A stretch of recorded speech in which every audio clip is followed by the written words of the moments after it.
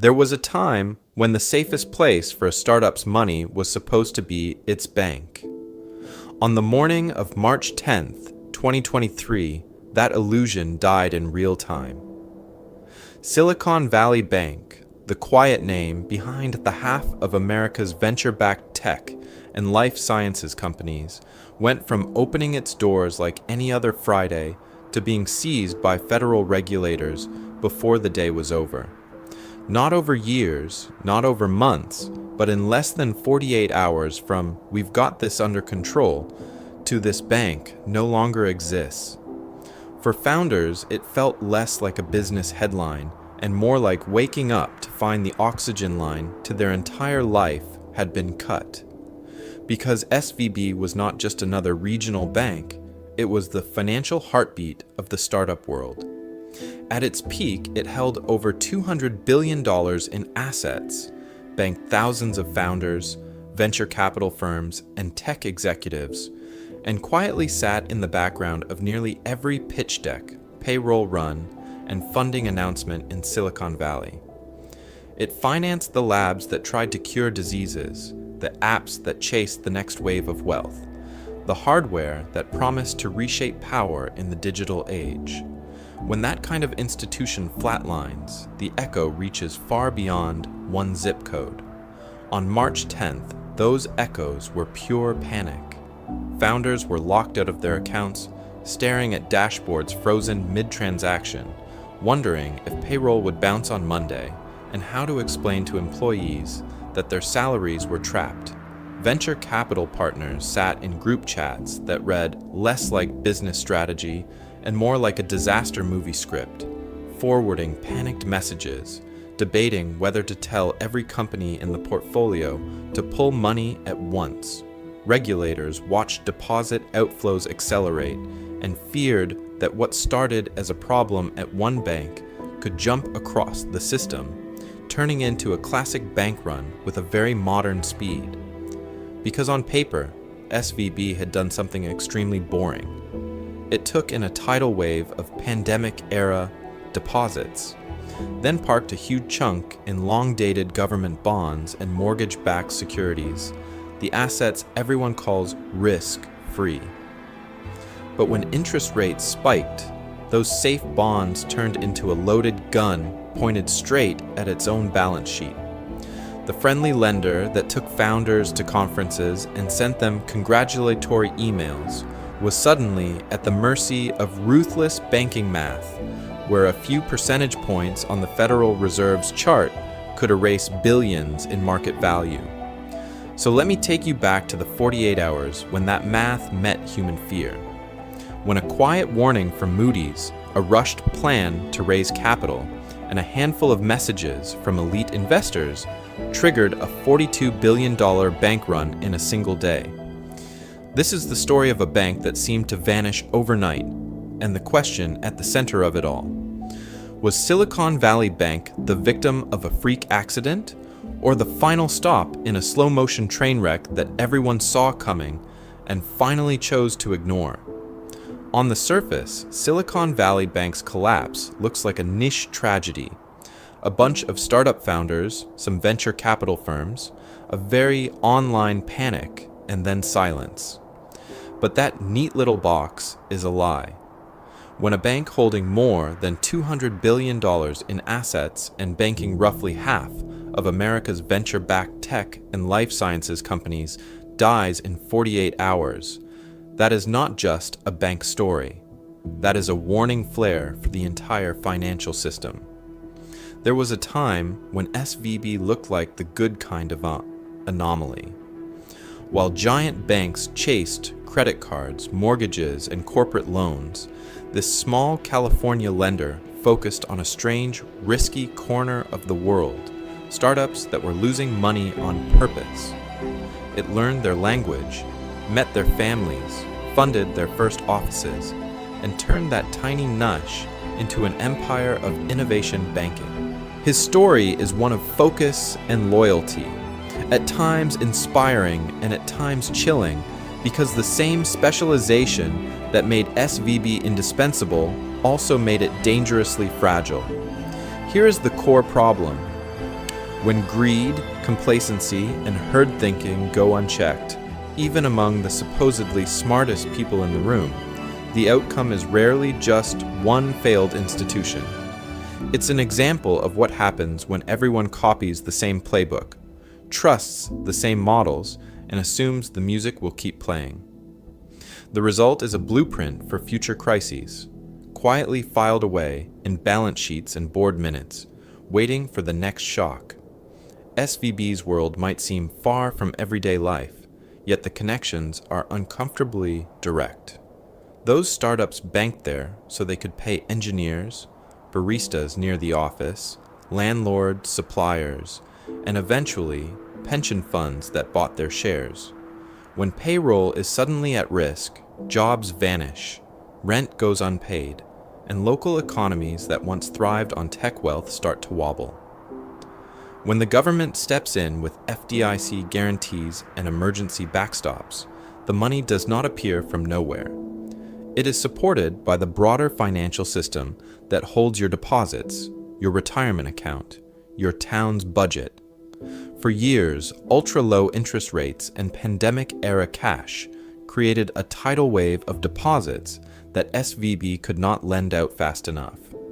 So it reached for yield in long-dated bonds that looked safe, right up until interest rates spiked and those safe assets turned into hidden landmines. Let me take you back to the moment before that turn, because this is where the slow-motion train wreck really begins. From SVB's founding in 1983, through the wild optimism of the dot-com boom, the terror of the 2008 crisis, the strange calm of zero-interest rate life, and finally, the 48-hour death spiral, each era added another layer of risk. Regulators relaxed rules in 2018, stress tests missed obvious concentration dangers, and uninsured deposits piled up like dry tinder. Then one downgrade warning, one rushed capital raise, and a few panicked group chats were all it took to light the match. In this episode, the full arc will unfold. How a niche lender rose with Silicon Valley, the quiet balance sheet decisions that set up disaster, the minute-by-minute breakdown of the bank run, the political and regulatory fallout, and the uncomfortable ways the same pattern appears in markets today. By the end, the question will not be how one bank died so quickly, but how many others are quietly living the same life, waiting for their own 48 hours to begin. So let me take you back to a very different Silicon Valley, long before hoodie billionaires and glassbox campuses. It's 1983 in Santa Clara, California. The air smells like solder and burnt coffee, the skyline is low, and the future lives in beige office parks wedged between strip malls and orchards that haven't quite given up yet. There was a time when this place was more parking lot than legend. The tech industry is mostly hardware, disk drives, circuit boards, semiconductor fabs. Founders in ill-fitting shirts haul prototypes in the trunks of used Hondas. They dream of empire, but on paper they look terrible. No profits, no hard assets, just ideas, venture capital term sheets, and a terrifying burn rate. To the banking system of the early 80s, this isn't innovation.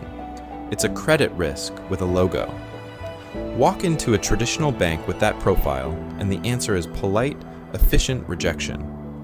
Loan officers ask for 3 years of profits, personal guarantees, and collateral that doesn't vanish when a product cycle turns. These young companies have none of it. The result is a quiet kind of poverty. Founders juggling maxed-out credit cards, second mortgages on tiny ranch houses, and relatives who are rapidly losing patience. Payroll is a cliff that appears every 2 weeks. Into that gap steps a small group of bankers who decide to do something that, at the time, looks almost reckless. Early executives at a new institution called Silicon Valley Bank start walking those same beige corridors, but instead of lecturing, they listen. They hear about venture capital firms, about staged financings, about equity that is worthless today and potentially life-changing tomorrow. Where other banks see chaos, they see a system. SVB begins with humble promises, simple checking accounts for companies no one else will touch, basic lines of credit that bridge the weeks between a signed term sheet and wired money, early venture debt that lets a startup buy equipment without selling more of its soul. The bank does not lend against factories or farmland, it lends against relationships. If a respected VC backs a company, that signature becomes collateral. This is the first real experiment. Instead of anchoring its life to past profits, SVB ties itself to the future expectations of a tiny, hyper-optimistic community. It studies cap tables, board decks, and burn multiples, then quietly builds a business on the idea that the Valley's winners will be so enormous they will more than pay for the losers. His story is one of spreadsheets, but also of faith. Over time, this approach looks brilliant. Founders talk, VCs talk, and soon banking with SVB becomes less a choice and more a rite of passage. The bank grows by absorbing not just deposits, but the entire psychology of the startup world, its speed, its herd behavior, its belief that downturns are temporary, and that wealth, if delayed, is still inevitable. At times inspiring and at times chilling, it's an example of what happens when a bank stops merely serving a community and starts mirroring its every mood. That tight embrace will one day give SVB enormous power, and when the cycle finally turns, nowhere to hide. Because the same founders who once begged for a $50,000 credit line will eventually be able to move billions with a tap, and the culture SVB helped create will decide in a single week whether its favorite bank lives or dies. There was a time when having the wrong bank in Silicon Valley just meant slower customer service. With SVB, choosing the wrong bank started to feel like choosing the wrong oxygen line. If your company's life depended on capital, this was the tube feeding it. From the beginning, SVB made a ruthless decision that most regional banks would have run from. Instead of diversifying into car loans, local diners, and suburban families, it focused almost entirely on one narrow world: tech startups, life sciences companies, venture capital firms, and the people orbiting them. Concentration was the risk, but concentration was also the brand. Let me take you back to an era when that looked like genius rather than a death wish. A traditional bank sells you an account and maybe a small business loan. SVB sold a bundle that felt more like joining an empire.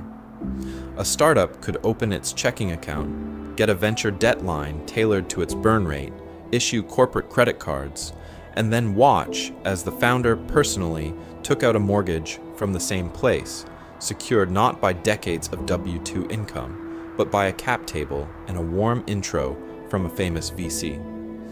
On top of that came capital call lines for funds, so venture firms could promise founders money on Monday and actually receive it on Friday.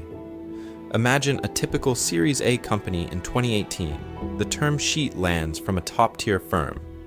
The documents quietly specify a preferred banking relationship. The $12 million round closes and every dollar wires straight into SVB. Within weeks, the company signs a $3 million venture debt facility, draws on it to extend runway, and uses SVB for payroll, cards, international wires, even foreign currency hedging. The founder then buys a home in Palo Alto with an SVB mortgage that assumes future startup wealth will arrive on schedule. One institution now touches the company's cash, the founder's life, and the investor's fund. Because SVB didn't just bank the ecosystem, it curated it. Conferences, invite-only dinners, demo days, LP summits, and quiet introductions turned the bank into a social hub where money and power casually shook hands. Having SVB on your pitch deck became a subtle badge, the signal that real investors trusted you, that you were inside the circle rather than begging at the gate. It's an example of what happens when financial plumbing starts doubling as social proof. By 2021, that strategy had worked so well it became terrifying. SVB banked roughly half of all U.S. venture-backed tech and life sciences companies, sat behind countless VC funds, and held tens of billions in uninsured deposits. His story is one of scale that, at times inspiring and at times chilling, left the entire ecosystem balanced on a single balance sheet.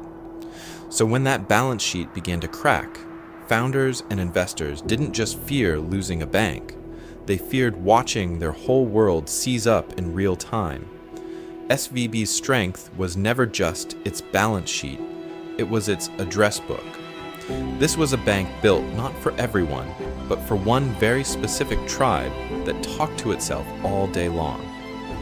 There was a time when that looked like genius. From the outside, SVB's customer list read like a who's who of the innovation economy. Venture-backed software startups, life sciences companies burning through lab budgets, venture capital funds, and the law firms and payroll providers orbiting around them. Not only were they clustered in Silicon Valley and a few coastal hubs, they were often funded by the same handful of VC firms, went to the same conferences, and shared the same group chats. Concentration wasn't a bug in this empire, it was the business model. Because of that concentration, the money flowing into SVB behaved in unison. When venture funding boomed from 2019 to 2021, deposits nearly tripled. When VCs raised record funds, they wired the proceeds straight into SVB. When portfolio companies closed big rounds, their investors nudged them to just bank with SVB, they get it. It was efficient, warm, almost like joining a financial family. Until you remembered what happens when a whole family panics at once. Underneath the sleek branding, another quiet trade-off was forming. The vast majority of those deposits sat far above the FDIC insurance limit of $250,000. A typical household might keep a few thousand in a checking account. A Series B startup might keep $30 million. That meant most of SVB's balance sheet depended on customers who knew, very clearly, that if anything went wrong, they were on their own. Rational founders, rational CFOs, rational VCs, all with every incentive to run at the first whiff of smoke. Contrast that with a traditional community bank in a Midwestern town. Its customers are teachers, retirees, mechanics, local restaurants, the school district. Balances are smaller, more dispersed, and heavily insured. People don't sit on Telegram channels dissecting capital ratios. They worry about Friday's payroll and the mortgage. When rumors fly, they spread by neighborly gossip, not by a partner meeting broadcast to hundreds of founders in a single email. SVB lived in a different universe. The same network effects that helped it win the market, warm VC introductions, founder Slack channels, conference panels praising the bank for innovators, also created a hair-trigger information system. Fear could move at the speed of a notification. A single message from a marquee investor could ripple through hundreds of startups in minutes, turning abstract balance sheet risk into a very real question: pull the money or risk losing the company's life savings. Let me take you back to the quiet years when that looked like free marketing. It's an example of what happens when efficiency and trust compound in one direction for a decade, then suddenly reverse. In a world of mobile banking and instant messaging, a bank built on one concentrated, hyper-connected community is either incredibly powerful or incredibly fragile. SVB would soon demonstrate which side it was on. So let me take you back to 2020, when the quiet years suddenly got very loud. There was a time when the entire financial system was put into a medically induced coma, and the Federal Reserve responded with the financial equivalent of a defibrillator. Rates were slashed to near zero. Trillions of dollars in stimulus flooded the economy, and every investor with a pulse went hunting for yield in the only place that still promised exponential growth: technology and biotech. Venture capital firms raised record-breaking funds, then raised even bigger ones. Late-stage rounds ballooned from tens of millions to hundreds of millions. A startup could pitch over Zoom, close a Series C, and see 9 figures hit its bank account without anyone leaving their kitchen. And for half of America's venture-backed tech and life sciences companies, there was only one obvious place to park that money. Silicon Valley Bank had spent decades weaving itself into the life of the startup ecosystem. Now the empire it had built on relationships became a magnet for cash.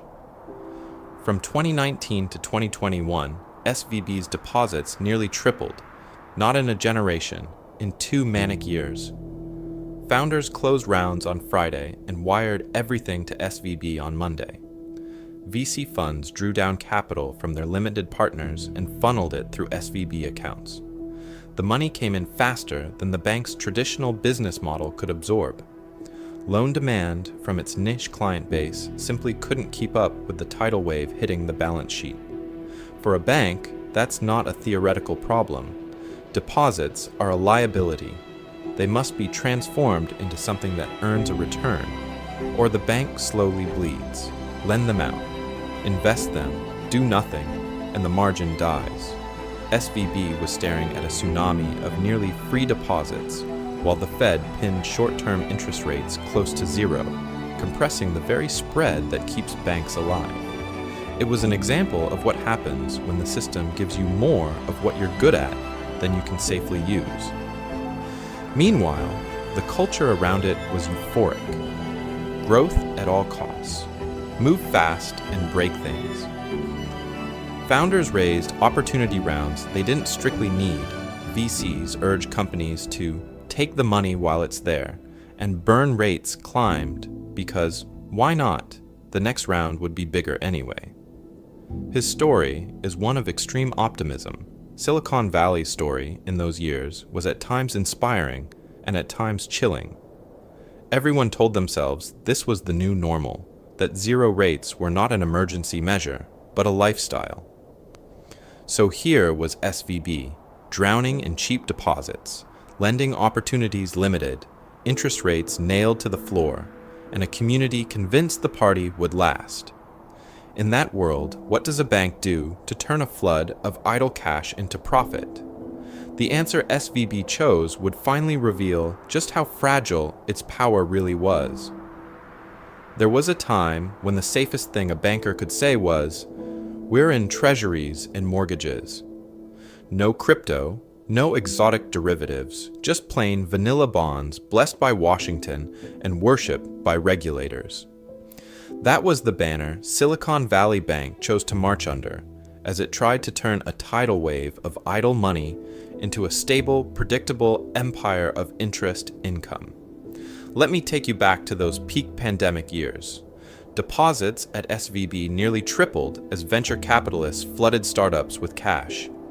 Young founders raised $50 million rounds, burned $5 million, and left the other $45 million sitting in the bank. Lending opportunities could not keep up with the inflow. So management made a decision that felt conservative, even boring: pour a huge share of that excess into long-term mortgage-backed securities and U.S. Treasuries, many with maturities of 10 years or more, locking in yields around 1.5%. On paper, it was prudence. These were agency mortgage bonds backed by the government, treasuries backed by the full faith and credit of the United States. Regulators treat these assets as high quality, low risk, the sort of thing a respectable institution holds when it wants to signal discipline rather than greed. In the language of bank supervision, they were perfect. Low risk weights, favorable capital treatment, a clean story for analysts and rating agencies. But hidden inside those safe assets was a quieter danger: duration. Imagine a 10-year bond SVB buys for $100 when interest rates are near zero, and it pays 1.5%. As long as rates stay low, that bond is fine. Yet if new 10-year bonds suddenly pay 4%, no one wants the old 1.5% version at full price. To attract a buyer, the market pushes its value down, maybe to $80 or $85, even though the US government is still certain to pay every dollar at maturity. Credit risk stays tiny. Interest rate risk silently explodes. SVB parked a massive chunk of these long-dated bets in a held-to-maturity portfolio. Under accounting rules, those bonds could be carried at their original cost, not at their current market price. Unrealized losses lived off stage, disclosed in footnotes, but not hitting the income statement, as long as the bank never had to sell. Meanwhile, a smaller available for sale book did swing with market prices, but the real landmine was buried where volatility did not immediately show. His story is one of numbers that looked safe until they suddenly weren't. SVB did not load up on junk, it loaded up on duration. The bank did not lose because the bonds were bad, it lost because life refused to cooperate with the spreadsheet. When rates jumped, the market value of those safe assets cracked open beneath them. It's an example of what happens when a bet that only works if you never touch it meets a world where depositors, and then panic, demand cash right now. And the moment those quiet, hidden losses had to be dragged into daylight, the clock on SVB's 48-hour death spiral finally started to tick. So let's slow the chaos down and follow just one thing. Not $1 billion, just one founder, just $100. Because hidden inside that tiny number is the story of how a $200 billion bank could fall through a $15 hole.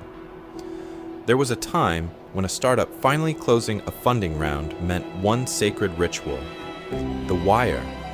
A founder takes that fresh $100 from investors and sends it into their shiny new account at Silicon Valley Bank.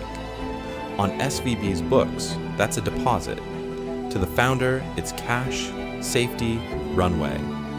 To the bank, it's a promise, a liability that can be yanked out tomorrow morning with a few taps on a phone. Now let me take you back to the other side of the ledger, the side most people never see. The moment that $100 lands, SVB has a problem every bank has. It owes $100 on demand, but it can't leave all $100 just sitting there. So maybe it keeps $20 in cash, or ultra-short treasury bills, ready for payroll, rent, the usual burn. The other $80, that's where the bank reaches for a little more yield, a little more money, a little more power. So it buys long-term bonds, maybe 10-year treasuries or mortgage-backed securities, safe on paper, government guaranteed, earning, say, 1.5% when the world is drowning in zero rates. On day one, the balance sheet looks clean, $100 of deposits on the right. On the left, $20 of cash and $80 of bonds worth $80. Then the world moves. The Federal Reserve slams rates higher. New bonds now pay 4 or 5%. Suddenly, no one wants the old 1.5% bonds unless they get a discount. That same $80 portfolio, if sold today, might only fetch $65. The math didn't ask whether the bank felt ready. It just moved. Here's the trap. If deposits are calm, SVB can hold those bonds to maturity, collect every payment, and finally get the full $80 back. On a long enough timeline, the losses vanish. On paper, the bank is still solvent. But if founders start pulling cash and withdrawals surge past that $20 cushion, the bank is forced into a fire sale. It has to sell those bonds at $65 to repay $100 it owes right now. That's a $15 hole. On our tiny example, it's annoying. At scale, it's lethal. SVB wasn't juggling $100. At its peak, it was sitting on tens of billions in long-duration securities, and as rates spiked, tens of billions in unrealized losses lurking just beneath the surface. It's an example of what happens when a balance sheet that works only in peacetime collides with a deposit base that can flee at the speed of a group chat. And when that quiet 15 gap per 100 suddenly mattered, founders were about to discover how fast their favorite bank could turn from safe harbor into burning building. That burning building didn't catch fire on its own. The match was struck in Washington, in a marble room where a different kind of empire controls the price of money. There was a time when interest rates were pinned near zero for years. After the 2008 crisis, and then again during the pandemic, cheap money was not a glitch in the system. It was the system. Startups raised round after round. Venture funds swelled.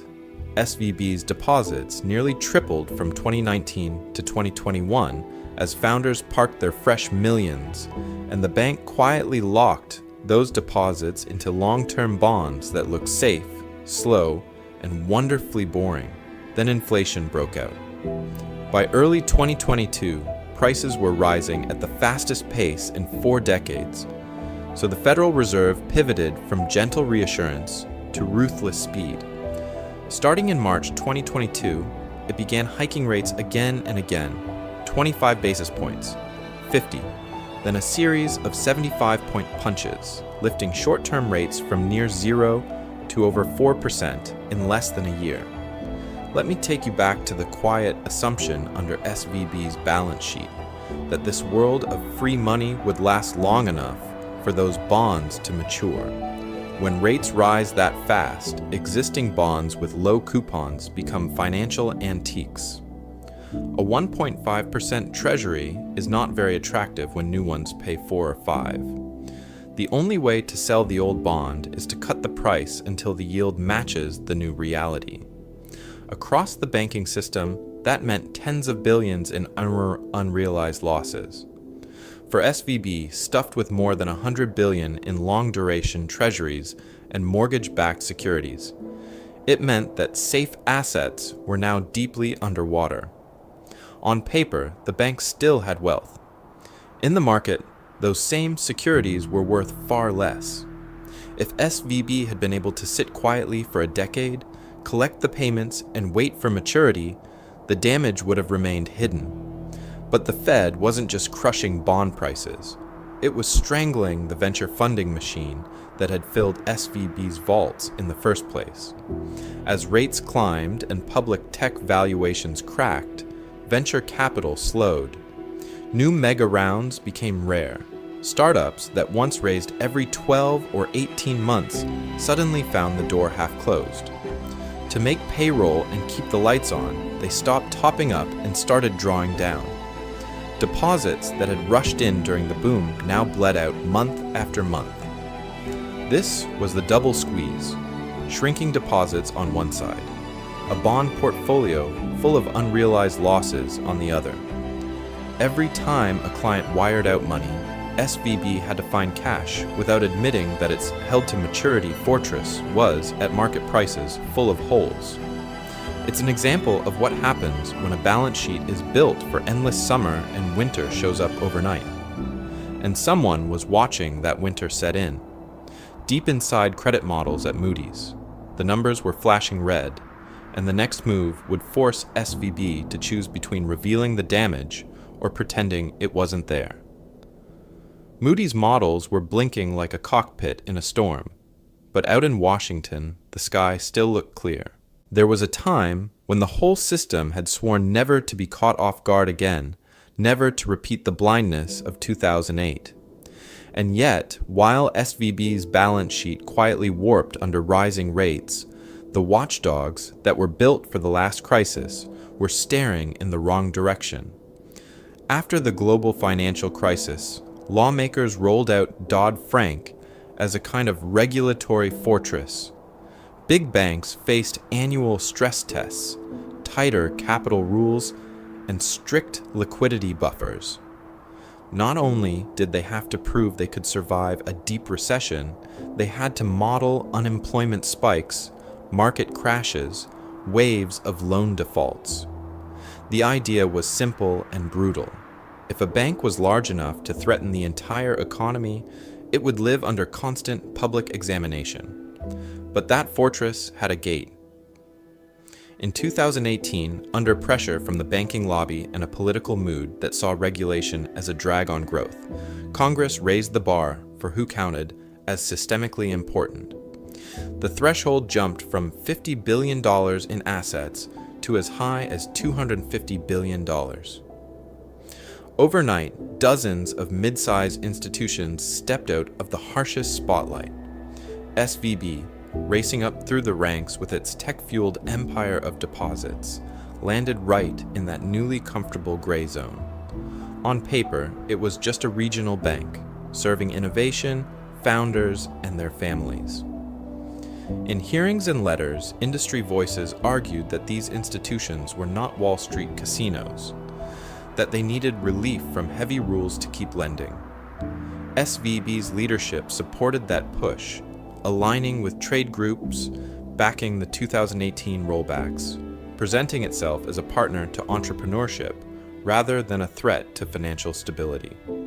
His story is one of a bank that wanted the prestige of rapid growth without the burden of being treated like a true giant. Here's the pattern in Erupt. Even the banks still facing stress tests were often running the wrong nightmare. The scenarios focused on credit risk, on bad loans, on modest interest rate moves spread over years. They did not truly imagine what happens when rates rocket up at historic speed while a bank holds a huge pile of long-term bonds and funds them with concentrated, uninsured deposits that can flee at the tap of a screen. It's an example of what happens when a system learns from the last war and misses the next one. Regulators checked mortgage books and trading desks, while few models asked, what if one niche bank quietly becomes the heartbeat of half of venture-backed startups, and that money can vanish in hours? Was this collapse mainly a failure of SVB's management, a regulatory lapse, or the predictable price of a decade of political pressure to free smaller banks from heavy oversight? The answer matters because the next section of this story is about what happened when those theoretical risks suddenly became a very real, very fast bank run. When the run finally arrived, it didn't start with a mob at the branch door. It started with a phone call from a quiet, powerful referee that lives in the background of global money, Moody's. There was a time when the name Moody's barely mattered to founders wiring payroll at 2 a.m. But to a bank, a credit rating is life support. Agencies like Moody's dig through balance sheets, model interest rate shocks, and then stamp a simple label on a bank's debt, safe, risky, or somewhere in between.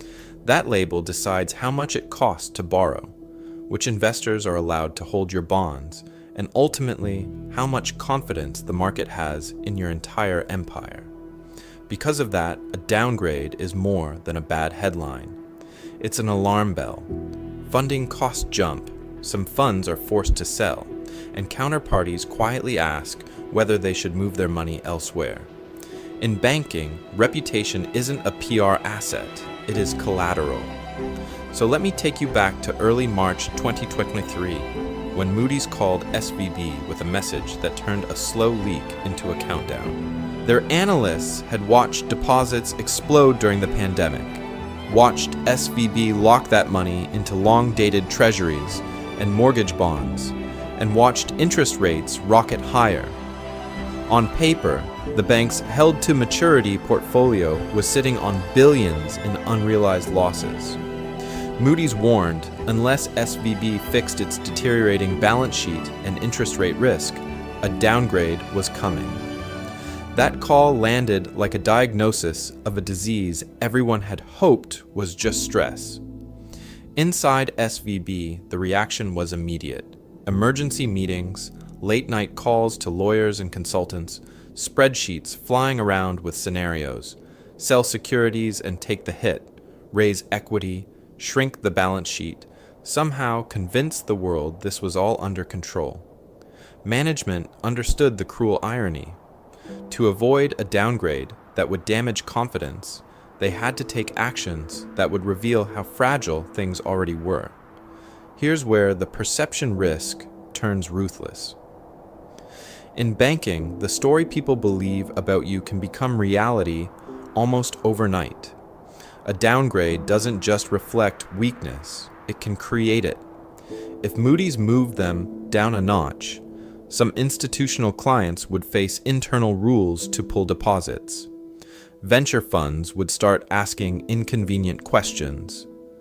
Founders, already nervous about rate hikes, might decide not to wait around and test the limits of FDIC insurance. His story is one of numbers and narratives colliding. The math said SVB could survive if depositors stayed calm.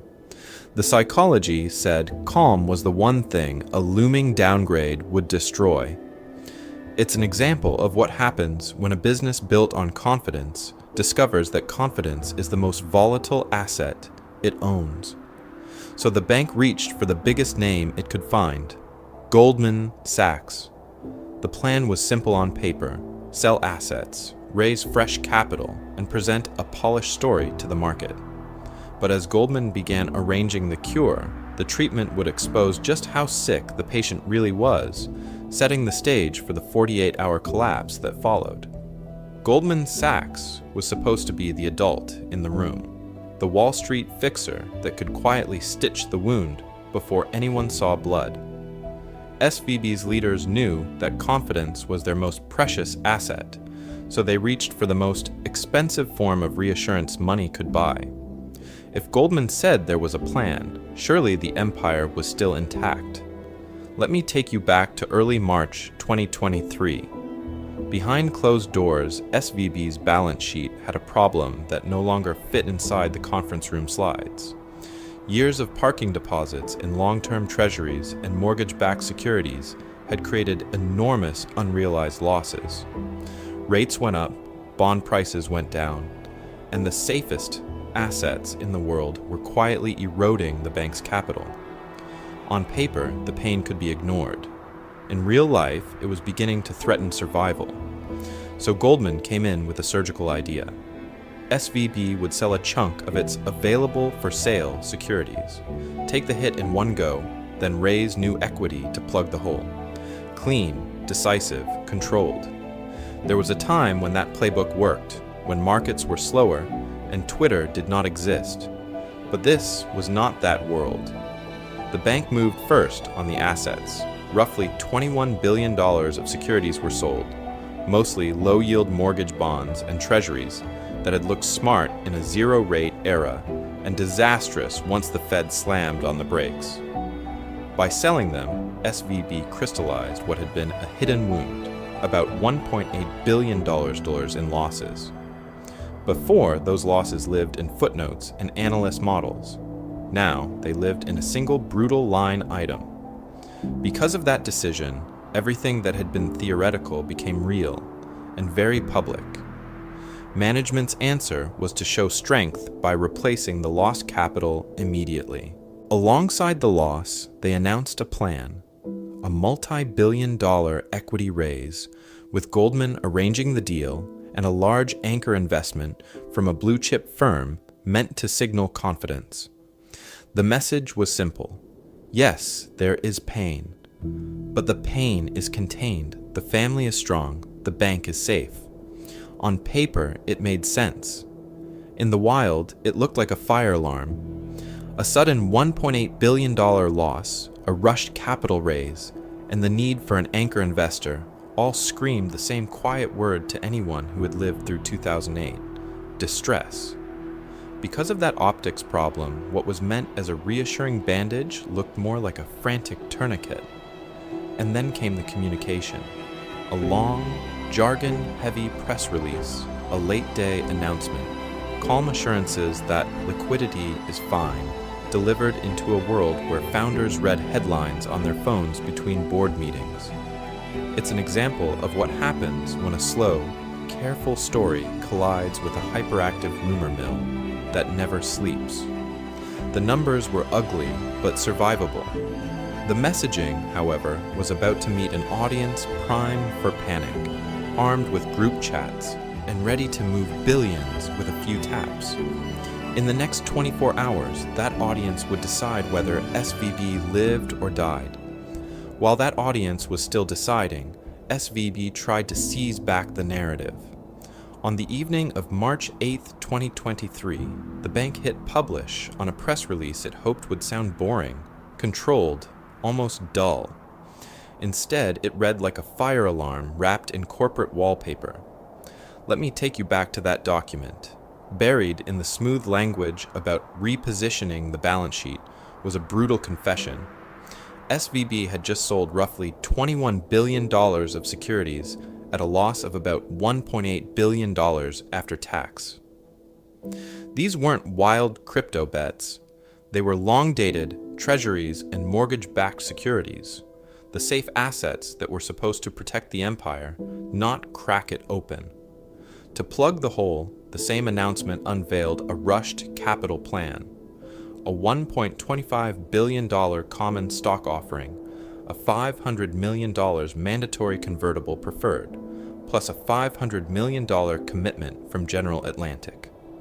On paper, it was a clean recapitalization. In real life, it screamed one thing to markets: this bank needs money, now. There was a time when that might have been enough. Calm words, a few big investors, a promise that this was a strategic, not desperate. The press release leaned hard into that tone, talking about enhancing asset sensitivity, improving profitability over time, and supporting clients through market volatility. It tried to sound like a routine tune-up on a well-running machine, but the facts underneath were not routine. A sudden multi-billion-dollar hit, a forced sale of core securities, an urgent need to raise fresh equity in a market already nervous about interest rates. Because of those details, every soothing phrase landed with a twist. The more the language tried to say "don't worry," the more readers asked, "Why are you telling me not to worry?" Within hours, the stock began to slide, down 10%, then 20%, then more, as investors ran the math and wondered whether the capital raise would even get done. If the share price kept falling, the equity offering could fail. If the offering failed, the balance sheet hole would remain. Cause, effect, and a darker color. It's an example of what happens when confidence is your main asset and you announce to the world that it just took a hit. Critics later argued that the messaging missed the only audience that really mattered: depositors. The press release spoke fluent Wall Street, but said almost nothing to founders with payroll on Friday. No clear narrative of safety, no explicit guarantees, no emotional anchor for a worried management team trying to protect its life and its employees. Then came the pattern interrupt. While analysts were still parsing phrases like "available for sale portfolio," another network started humming. Private text threads, encrypted signal groups, partner meetings that turned into emergency calls. The same valley that had grown rich on moving fast was about to test how quickly fear could move through a digital family of founders and funds, and the next messages would make that $1.8 billion loss look like the quiet before the storm. Those private channels lit up like a control room in a disaster movie. By Thursday morning, partners at marquee firms, Sequoia, Founders Fund, Cotu, USV, A16s, smaller seed funds that lived and died on runway, were all staring at the same headlines and the same terrifying footnote. Most of their founders' money at SVB was uninsured. There was a time when Silicon Valley's power was the quiet confidence that the system would always bend in its favor. This was the opposite. In partner meetings that turned into crisis huddles, people who controlled billions in capital did a brutal kind of math. If there is even a small chance the bank fails, and 90% of deposits sit above the FDIC limit, the rational move is simple. You do not wait. You pull everything you can as fast as you can, and you let someone else be noble. Within hours, that cold calculation escaped the conference rooms and hit the group chats. Some VCs sent long, measured notes to portfolio founders explaining duration risk, capital raises, and the $1.8 billion loss. Others skipped the nuance. One-line emails, all-caps signal messages. Move cash out of SVB today. It was framed not as panic, but as duty, a fiduciary obligation. If your job is to protect the life of a company, and that life is its cash, you do not leave it sitting on a fault line. Let me take you back to those feeds for a moment. A single partner at a single fund hits sent to 40 founders. Each of those founders drops the same message into 3 other chats: WhatsApp with co-founders, a Slack with other CEOs, a Telegram channel for SaaS operators. Because this is a world where everyone shares investors, lawyers, and even the same weekend hiking routes, the warnings start to overlap, reinforce, and harden into consensus. By midday, the Valley's digital family tree turned into an air raid siren. Founders were forwarding screenshots from Founders Fund telling companies to withdraw immediately. Others cited unnamed Tier 1 firms doing the same. No one wanted to be the last prudent adult in a burning building. It was an example of what happens when a tight, hyper-connected empire of money and ambition suddenly points all its bandwidth at one problem: get out. And yet, under all the spreadsheets and Slack threads, there was a moral tension that would not go away. Were these VCs acting as responsible guardians, or pouring gasoline on an already smoldering bank? Because of their reach, a few dozen people could help trigger $42 billion in withdrawal attempts in a single day. And that power made some of them uneasy, at times inspiring, and at times chilling. Some argued that no individual fund could save SVB, that the die was cast the moment rates rose and bonds sank. Others wondered, quietly, whether a slower, more coordinated response might have kept fear from metastasizing. But by the time that debate truly began, the wires were already queued, the browser tabs already open, and the next stage of the run was about to move from the chats to the public markets. The wires were already queued, the browser tabs were already open, and on the morning of March 9th, 2023, Silicon Valley Bank woke up to find that the whispers had turned into a stampede. Let me take you back to just after the market opened. Around 9:30 a.m. New York time, SVB stock, already wounded by the failed capital raise the night before, began to plunge. Not by a few polite percentage points, but in a straight, sickening line downward. Founders refreshed their brokerage apps, then their banking dashboards, then their group chats. The same digital tools that had once funneled money into SVB's empire now began pulling it out. There was a time when a bank run meant lines around the block, angry depositors, and a manager trying to calm a crowd. This was different. This was millions and tens of millions leaving with a few taps on a phone, coordinated in real time by venture capitalists, portfolio founders, and anonymous Twitter accounts. By late morning, withdrawal requests were already measuring in the tens of billions. SVB's life was being drained not in days, but in hours. Inside the bank, teams scrambled. They borrowed from the Federal Home Loan Bank system. They tried to tap the discount window at the Fed. They sold what they could, pledging securities, raising every dollar of liquidity that their balance sheet and the rules would allow.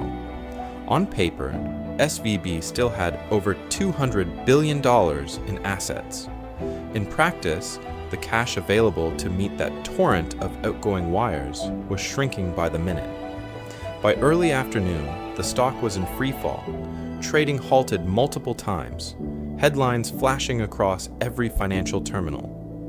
Because so many of SVB's deposits were large, uninsured corporate balances, this wasn't a slow trickle of nervous families. It was CFOs ordering 8-figure transfers, VCs blasting emails, and Slack messages urging, "Get out now." Founders quietly asking whether disloyalty to their favorite bank might be the only responsible move. It's an example of what happens when a concentrated, hyper-connected community all hits the same button at once. By the time the Fed's closing bell approached, the number was staggering. Customers had tried to withdraw around $42 billion in a single day, the largest bank run in U.S. history by dollar amount.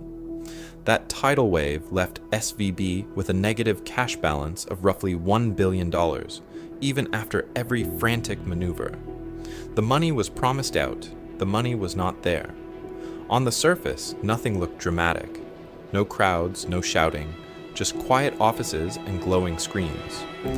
Yet this 21st century run was, at times, inspiring and at times chilling, a demonstration of how quickly power can turn on its own institutions.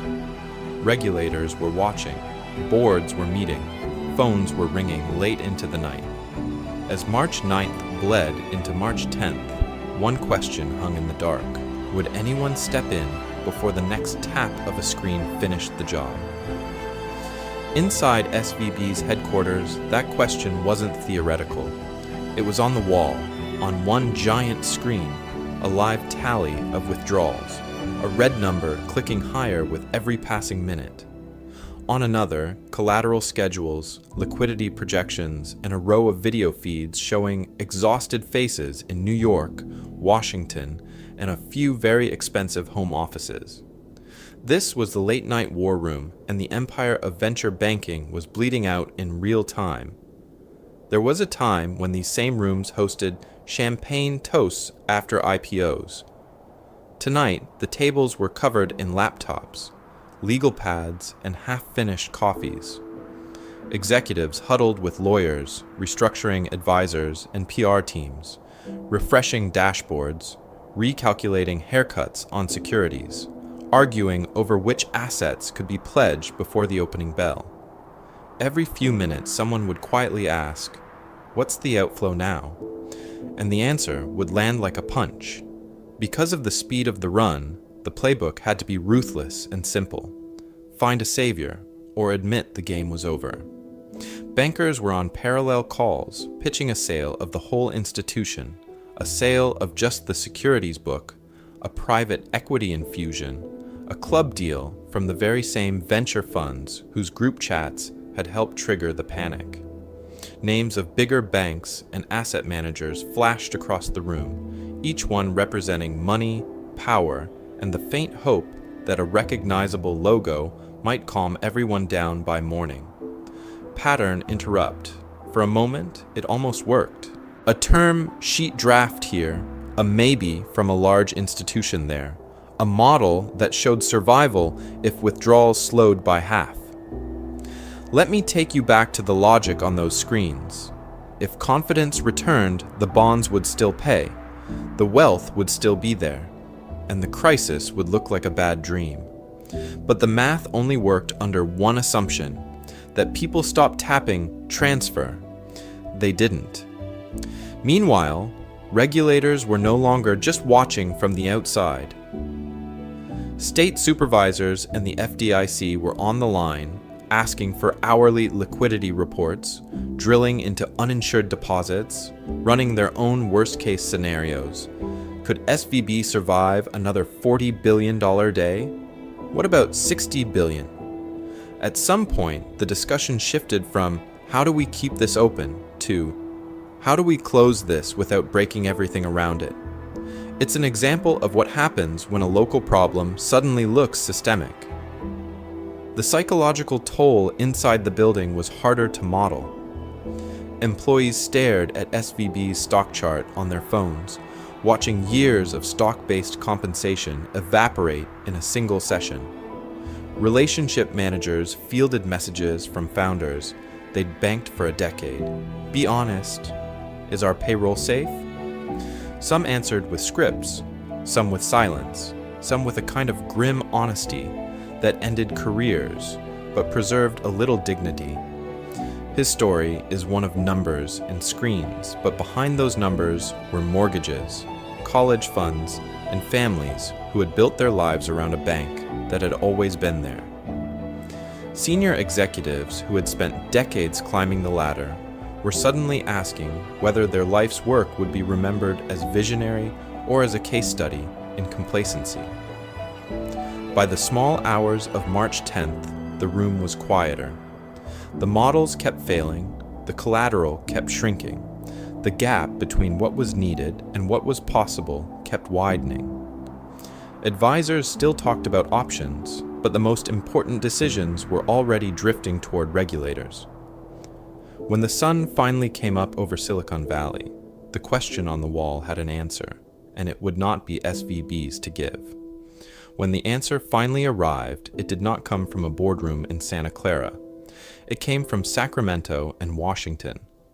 There was a time when a phone call from regulators meant a quiet consent order, a stern warning, a chance to fix things. This time, the call meant the empire was over. Let me take you back to the morning of March 10th. Before most founders had finished their first coffee, California's Department of Financial Protection and Innovation had already been on with the FDIC, already reviewing the wreckage from the previous day's $42 billion withdrawal attempt, already concluding that Silicon Valley Bank was no longer a bank in any meaningful sense. The markets in New York were just opening. The goal was simple and ruthless: close the gates before the herd could stampede again. Because of the speed of the run and the scale of uninsured money, regulators faced a brutal equation. Leave SVB open and watch more deposits flee, more assets dumped into a falling market, more value destroyed by the hour. Or seize it before sunrise in California, freeze the panic inside a legal container called receivership, and at least control the order in which the chaos unfolded. It's an example of what happens when a slow-moving supervisory system finally collides with a real-time bank run that moves at the speed of a group chat. The mechanics were almost boring in contrast to the drama. The state formally closed the bank. The FDIC stepped in as receiver, renamed the carcass Deposit Insurance National Bank of Santa Clara, and by law took control of every asset and every liability. Insured deposits, up to $250,000 per customer, were protected. Those people would have access to their money by Monday. Everyone above that line, though, was suddenly living a very different story. Founders woke up, opened their banking app, and saw a blank wall, payroll wires stuck in processing, tens of millions, sometimes hundreds of millions, locked behind a login screen that now led to a failed institution. Venture funds that had preached diversification in pitch decks had, in real life, left their own operating cash in one place. The irony was dry enough to choke on. Lives, companies, entire startup families of employees now hinged on whether an FDIC auction could find a buyer fast enough. Under the standard playbook, uninsured depositors might wait weeks or months, receiving receivership certificates, hoping that as the FDIC sold SVB's bond portfolio and loan book, enough value would be recovered to make them whole. Some would take haircuts. Some would not survive the delay. And over all of this hung a larger question that no regulator press release could quiet. If the favorite bank of Silicon Valley could die in 48 hours, what did that say about the others? Regional lenders with concentrated deposit bases, long-dated securities, and a customer life built on confidence rather than contracts looked suddenly fragile. The seizure of SVB stopped one run. It also broadcast a signal, and in the days that followed, that signal would start to echo in some very dangerous places. That signal hit the market late Friday like a silent alarm. Trading screens went dark for the weekend, but the fear did not. With Silicon Valley's favorite bank gone in 48 hours, attention snapped to every regional lender with the same weak spots: huge uninsured deposits, long-dated bonds, and a customer base that could disappear with a tap on a phone. There was a time when a bank panic meant lines around the block. Now it meant lines of code. By Friday's close, names like First Republic, PacWest, and Signature had already been hammered. Analysts were drawing the same chart over and over. Concentrated tech or wealthy clients, bonds underwater, more than half of deposits above the FDIC limit. The message was simple and ruthless. If it happened to SVB, it could happen here. Let me take you back to that weekend inside the startup world. In loft offices and spare bedrooms, founders pulled up spreadsheets, bank dashboards, and Slack channels. Some had $5 million at one regional bank in payroll due Thursday. Others had $50 million locked at SVB and a credit line frozen. They were calling lawyers, texting investors, and opening emergency accounts at JP Morgan, Chase, and Citi all at once, trying to move money through a system that was officially closed. Life at a high-growth startup runs on two clocks, runway and payroll. Lose either, and the empire collapses fast. So founders ran grim scenarios. If only half the deposits came back, who got paid first? Engineers, vendors, or the taxman? If the FDIC process dragged for weeks, would employees walk? Some companies quietly drafted emails about temporary delays in salaries, praying they would never have to hit send. Meanwhile, Twitter and LinkedIn turned the collapse into a global spectacle. Every hour brought a new thread explaining interest rate risk, a new chart of unrealized bond losses, a new list of banks to watch. Armchair analysts sat next to hedge fund managers in the same scrolling feed. Cable news flashed red tickers and grainy footage of SVB branches.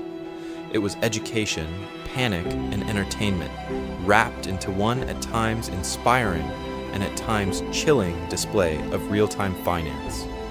Because of that online frenzy, the pressure on policymakers escalated fast. Venture capital legends, fintech CEOs, and even some conservative bankers warned that forcing uninsured depositors at SVB to eat huge losses would send a brutal message to the rest of the system. If founders believed their cash was at risk, they would not calmly analyze balance sheets. They would pull first, ask questions later. It's an example of what happens when confidence disappears before the official press release arrives. By late Sunday, the scene shifted to Washington conference rooms. Regulators, Fed officials, and Treasury staff pored over balance sheets and legal memos, weighing two bad options. Let SVB's big depositors burn and risk a nationwide run on Monday. Or step in, protect everyone, and invite accusations of moral hazard and favoritism toward tech wealth. The clocks were ticking, the phones were buzzing, and one question hung in the air. What would they dare to announce before markets opened again? So when the announcement finally came on Sunday night, it was not a gentle press release, it was a line in the sand. The Treasury, the Federal Reserve, and the FDIC stepped up together and said, in effect, this bank is dead, but its depositors will live. Every account at Silicon Valley Bank would be made whole. Not just the insured balances under $250,000, but the massive uninsured piles of startup payrolls, venture funds, and founder savings that had no legal guarantee. On Friday, those people faced the life or death question of whether their money would even be there on Monday. By Sunday night, Washington was telling them, yes, it will. To do that, regulators reached for a rarely used weapon, the systemic risk exception. There was a time when that phrase was mostly buried in Dodd-Frank footnotes, a legal escape hatch meant for truly dangerous moments. It allowed the FDIC to go beyond the usual rules and protect uninsured depositors if their losses threatened the wider financial system. Officials argued that SVB's concentrated role in tech and life sciences, its $200 billion balance sheet, and the panic already spreading to other regional banks made this exactly that moment.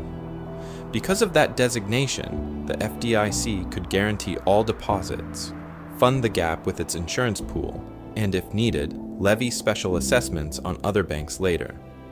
Shareholders and executives would be wiped out, but the money sitting in operating accounts, venture funds, and even the cash of wealthy founders would be untouched. It was a surgical message. The institution can die. The payment system cannot. But there was a deeper problem.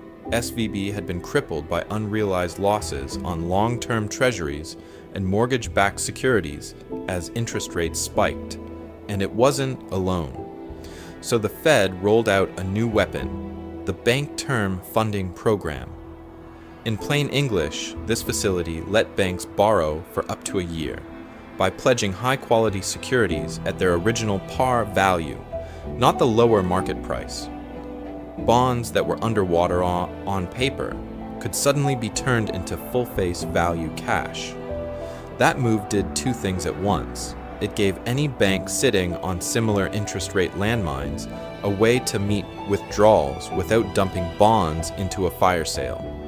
And it quietly told executives, if you have a Silicon Valley Bank problem hiding on your balance sheet, now is the time to fix it before depositors find out. Of course, the moral hazard debate erupted immediately. Protecting uninsured depositors, many of them sophisticated investors and wealthy founders, looked to critics like a reward for ignoring risk limits and chasing yield. If every big account would be saved, why worry about which bank holds your money? Supporters countered that letting those deposits burn would have triggered a nationwide run by Monday morning, as CFOs yanked cash from every regional institution that even smelled like SVB. It's an example of what happens when the abstract word confidence suddenly becomes a line outside your local branch. Here's the pattern interrupt. This wasn't just about Silicon Valley. It was theater for the entire banking system. The joint statement, the systemic risk label, the new lending facility, all served one goal: to send a signal before the opening bell. Your payroll is safe. Your local bank is not the next domino. Do not log into your account at 8 a.m. and move everything to JP Morgan. Yet beneath that calm surface, something had shifted. The government had shown how far it would go to stop contagion, and markets had learned just how fragile confidence really was. The immediate panic was contained, but the questions about risk, regulation, and who gets saved were only getting louder in boardrooms, group chats, and Capitol hearing rooms. Because this story was no longer just about one failed lender in Santa Clara. It was about an entire financial empire discovering in real time where the new red lines actually lay. There was a time when the word bailout meant a blank check from taxpayers to a failing giant. In March 2023, officials lined up to insist this was different. This was not 2008. No taxpayer money, no rescue for the rich, just a clean surgical response. The reality was messier. SVB's shareholders were wiped out. Years of booming profits, soaring stock charts, paper wealth for executives and early believers, gone in a weekend. Common equity went to zero. Preferred shares cratered. Many bondholders took heavy losses. That is how the hierarchy is supposed to work in this empire of money. Depositors get protected. Investors eat the rubble. For once, the slogan, "Capital should bear the losses," was not just a line in a hearing room. But the story doesn't end with a few unlucky stock pickers. To make depositors whole, the FDIC stepped in through the Deposit Insurance Fund, a pot of money not filled by Congress, but by fees charged to banks over years of calm. On paper, no direct hit to the federal budget, no new tax bill mailed to your family. Yet banks don't absorb costs out of charity. They pass them along quietly through higher account fees, worse terms on loans, a little less interest on your savings. The bill moves, it doesn't vanish. So, when uninsured depositors at SVB, the venture funds, the late-stage startups, the companies with $50 million payrolls were guaranteed in full, the FDIC also announced a special assessment, an extra charge on banks to refill the fund after using it to backstop balances far above the usual $250,000 cap. Larger institutions, the ones with bloated piles of uninsured corporate cash, would shoulder most of it. Officially, that meant Silicon Valley was paying Silicon Valley. Unofficially, it meant everyone who uses a bank would, over time, chip in a few invisible dollars. Here is where the language gets slippery. Technically, no taxpayer check was written. But when the government declares in a Sunday night press release that all deposits will be honored, it rewrites the script for future crises. Venture capitalists, CFOs, and regional bank CEOs all saw the same movie. If an institution is plugged into enough payrolls, enough pensions, enough political risk, it might be too dangerous to let fail cleanly. His story is one of rules written on paper, and a second set written in panic. Let me take you back to that deeper question. What does risk mean in a system where some players are quietly assumed to be untouchable? It's an example of what happens when private gains are celebrated, public losses are socialized, and everyone pretends the line between the two is still bright. Because after SVB, the real fear wasn't just that another bank might collapse. It was that everyone had just learned which bets were, in practice, insured, and which lives were not. There was a time when the biggest risk in Silicon Valley wasn't a bank run. It was missing the next round, the next valuation jump, the next chance to turn paper losses into legendary wealth. For years, optimism wasn't just a mood in the valley, it was policy. Low rates, endless venture money, tech eating the world. Founders and investors convinced themselves that cycles still existed, but somehow didn't apply here. Every pitch deck drew a line that went up and to the right. Every macro wobble was waved away with the same quiet mantra: this time is different. Let me take you back to the decade after 2008. The world had just watched the global financial system nearly disintegrate under the weight of leverage and toxic assets. Yet by 2012, the center of gravity had shifted. A new generation of founders, many born after the savings and loan crisis, and still in college during Lehman, came of age in a world where money was cheap, liquidity was constant, and the last real panic was someone else's story. Their life experience was simple. Every dip was a buying opportunity. Every scare was followed by another Fed rescue. Rates hovered near zero for so long that the idea of a brutal rate shock felt like a ghost story told by old bankers who didn't understand software. Because of that, risk was quietly, methodically underpriced. Startups burned cash like it was a renewable resource, raising ever larger rounds, stacking deposits in a handful of friendly banks, assuming someone would always be there to refinance the dream. Venture funds pulled down massive commitments, called capital quickly, and treated dry powder as a permanent feature of the landscape, not a fragile promise. SVB was not an outsider to this world. It was its mirror. As deposits nearly tripled from 2019 to 2021, the bank didn't behave like a paranoid institution guarding against tail risks. It behaved like a local champion of the empire, internalizing the same story its clients told themselves. Deposits would be sticky. The good times would last. Long-duration bonds at low yields looked safe enough, as long as the music kept playing and rates stayed politely on the floor. Then the music stopped. Rates spiked, bond values fell, and that assumed stability turned out to be leverage in disguise. But even here, the mindset held on longer than the math. Management, founders, investors, regulators, many of them were still operating as if the old world would snap back any quarter now. Here's the pattern interrupt. This wasn't just a bank problem. It was an example of what happens when an entire ecosystem treats tail risk as an aesthetic choice instead of a constraint.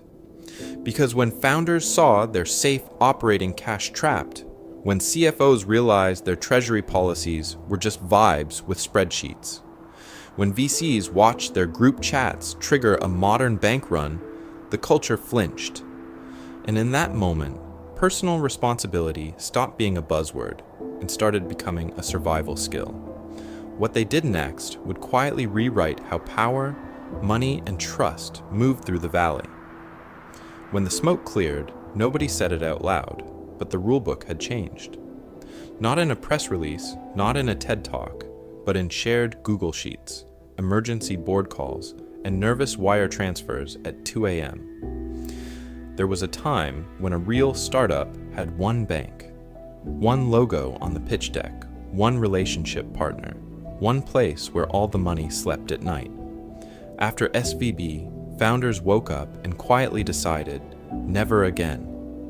The new Flex was a 3-logo life, a regional bank for service, a global giant for safety, sometimes a fintech for speed. At least one account at a too-big-to-fail empire, even if the fees stung a little. Diversification stopped being an investing slogan and became a routing number strategy. And then came the crash course in Treasury Management 101. Founders who once treated cash as a single line on a Notion page were suddenly talking about duration risk, T-bills, and government money market funds like they were YC batches. Idle cash stopped idling. Balances were swept daily into short-term treasuries. Institutional money markets laddered maturities. Not to chase yield, but to escape concentration. It was an example of what happens when safe deposits feel more dangerous than lending to the US government. Board meetings changed too. Banking had always lived in the boring part of the deck, lumped in with HR and office leases. After the run, it moved up, right next to runway and revenue. Directors asked, how many banks? How much is uninsured? What's the weekly liquidity plan if one of them freezes? Audit committees wanted counterparty risk reports. VCs who once boasted about their network now quietly boasted about their cash dashboards. The culture that worshipped product market fit discovered bank risk fit. Even the fine print shifted. For years, venture debt deals came with a simple demand: keep your primary banking with us. Keep most of your cash here. Build our balance sheet while you build your company. After SVB, that clause turned radioactive. Lawyers pushed for carve-outs, caps, side accounts. Lenders, facing founders who had just watched a primary bank evaporate in 48 hours, started to bend. Not out of kindness, but because rigid term suddenly meant no deals. Underneath all of it, the deepest change was psychological.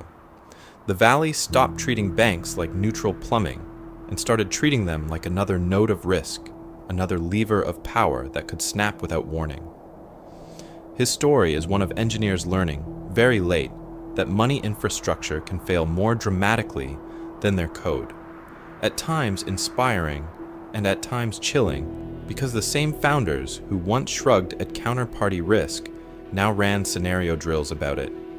But once they had multiple banks, T-bills, dashboards, and new covenants, a quieter question emerged in the background. If the operating system of startup finance could be rewritten in a weekend, what else about this world was more fragile than anyone wanted to admit? There was a time when Silicon Valley Bank looked less like a regional lender and more like the quiet treasury department of the entire startup empire. It moved money, extended power, and turned illiquid dreams into payroll. So the obvious question hits hard. Did it really have to die in 48 hours? Or were there exits on the highway that management simply blew past at full speed? Let me take you back to 2020 and 2021, when deposits were flooding in faster than the bank could sensibly lend them out. Faced with a tidal wave of nearly free money, SVB made a choice. Instead of keeping more in short-term T-bills and overnight instruments, it reached for longer duration mortgage-backed securities and treasuries, locking in yields that looked respectable in a zero-rate world. Shorter-term assets would have earned less, but they would have given the bank something it desperately lacked later: time, flexibility, and the ability to roll into higher rates instead of being trapped in yesterday's deal. There was another road. SVB could have kept the long bonds but hedged the pain. Interest rate swaps, futures, options on treasuries, plain, boring derivatives that large banks use every day to blunt the impact of rising rates. For a while, SVB did hedge. Then, as the good times stretched on, it reportedly let many of those protections roll off. Hedging cost money. Hedging made earnings look smaller. In a world where investors rewarded fast growth and clean, upward-sloping charts, dull prudence lost the internal argument. The same pattern showed up on the liability side. SVB's depositor family was dazzling but dangerously similar. Venture funds, SaaS startups, life sciences companies, all wired into the same group chats and the same macro shocks. The bank could have spent years building a more diversified base, courting boring corporate treasuries outside tech, municipalities, even retail deposits that move slower in a panic. It could have leaned harder into products that locked deposits for longer. Instead, concentration was treated as a competitive advantage, not an existential threat, until $42 billion tried to leave in a single day. Why didn't they turn earlier? Because of culture, incentives, and a belief that the music would not stop so abruptly. Higher returns meant promotions, praise, and a rising stock price. Lower returns meant questions. Management had lived through a decade where deposits only went up, where the Fed always blinked, where volatility hurt other people. It's an example of what happens when a bank's internal narrative outruns its risk models. So was this a failure of imagination, a failure of risk management, or a rational bet that lost when the macro environment flipped faster than expected? The uncomfortable answer is that it was all three, at times inspiring and at times chilling in its logic. SVB's leaders saw the trade-offs, chose growth, and finally discovered that in a digital world, the window to change course can slam shut long before the spreadsheets say it should. There was a time when everyone in Silicon Valley had the same simple answer. It was obvious who killed the bank. Then the smoke cleared, the numbers came out, and suddenly, the finger-pointing turned into a three-way standoff. On one side, the Federal Reserve. For a decade, it had promised low for long, flooding the world with cheap money, pushing investors to reach for yield. SVB listened. It loaded up on long-dated treasuries and mortgage-backed securities, the safest assets in the world, as long as interest rates stayed anchored. Then, in the span of a year, the Fed launched the fastest hiking cycle in decades. Yields spiked, bond prices cratered. Duration, once a sleepy line on a risk report, became a wrecking ball. It's an example of what happens when a regime that looks permanent turns out to be temporary. Defenders of the bank argue that almost every institution had the same blind spot. Supervisors had been nudging banks toward high-quality securities for years. Models were calibrated to a slow, predictable path of rate increases, not a vertical takeoff. By the time the Fed's message shifted from transitory to whatever it takes, SVB's balance sheet was already locked in.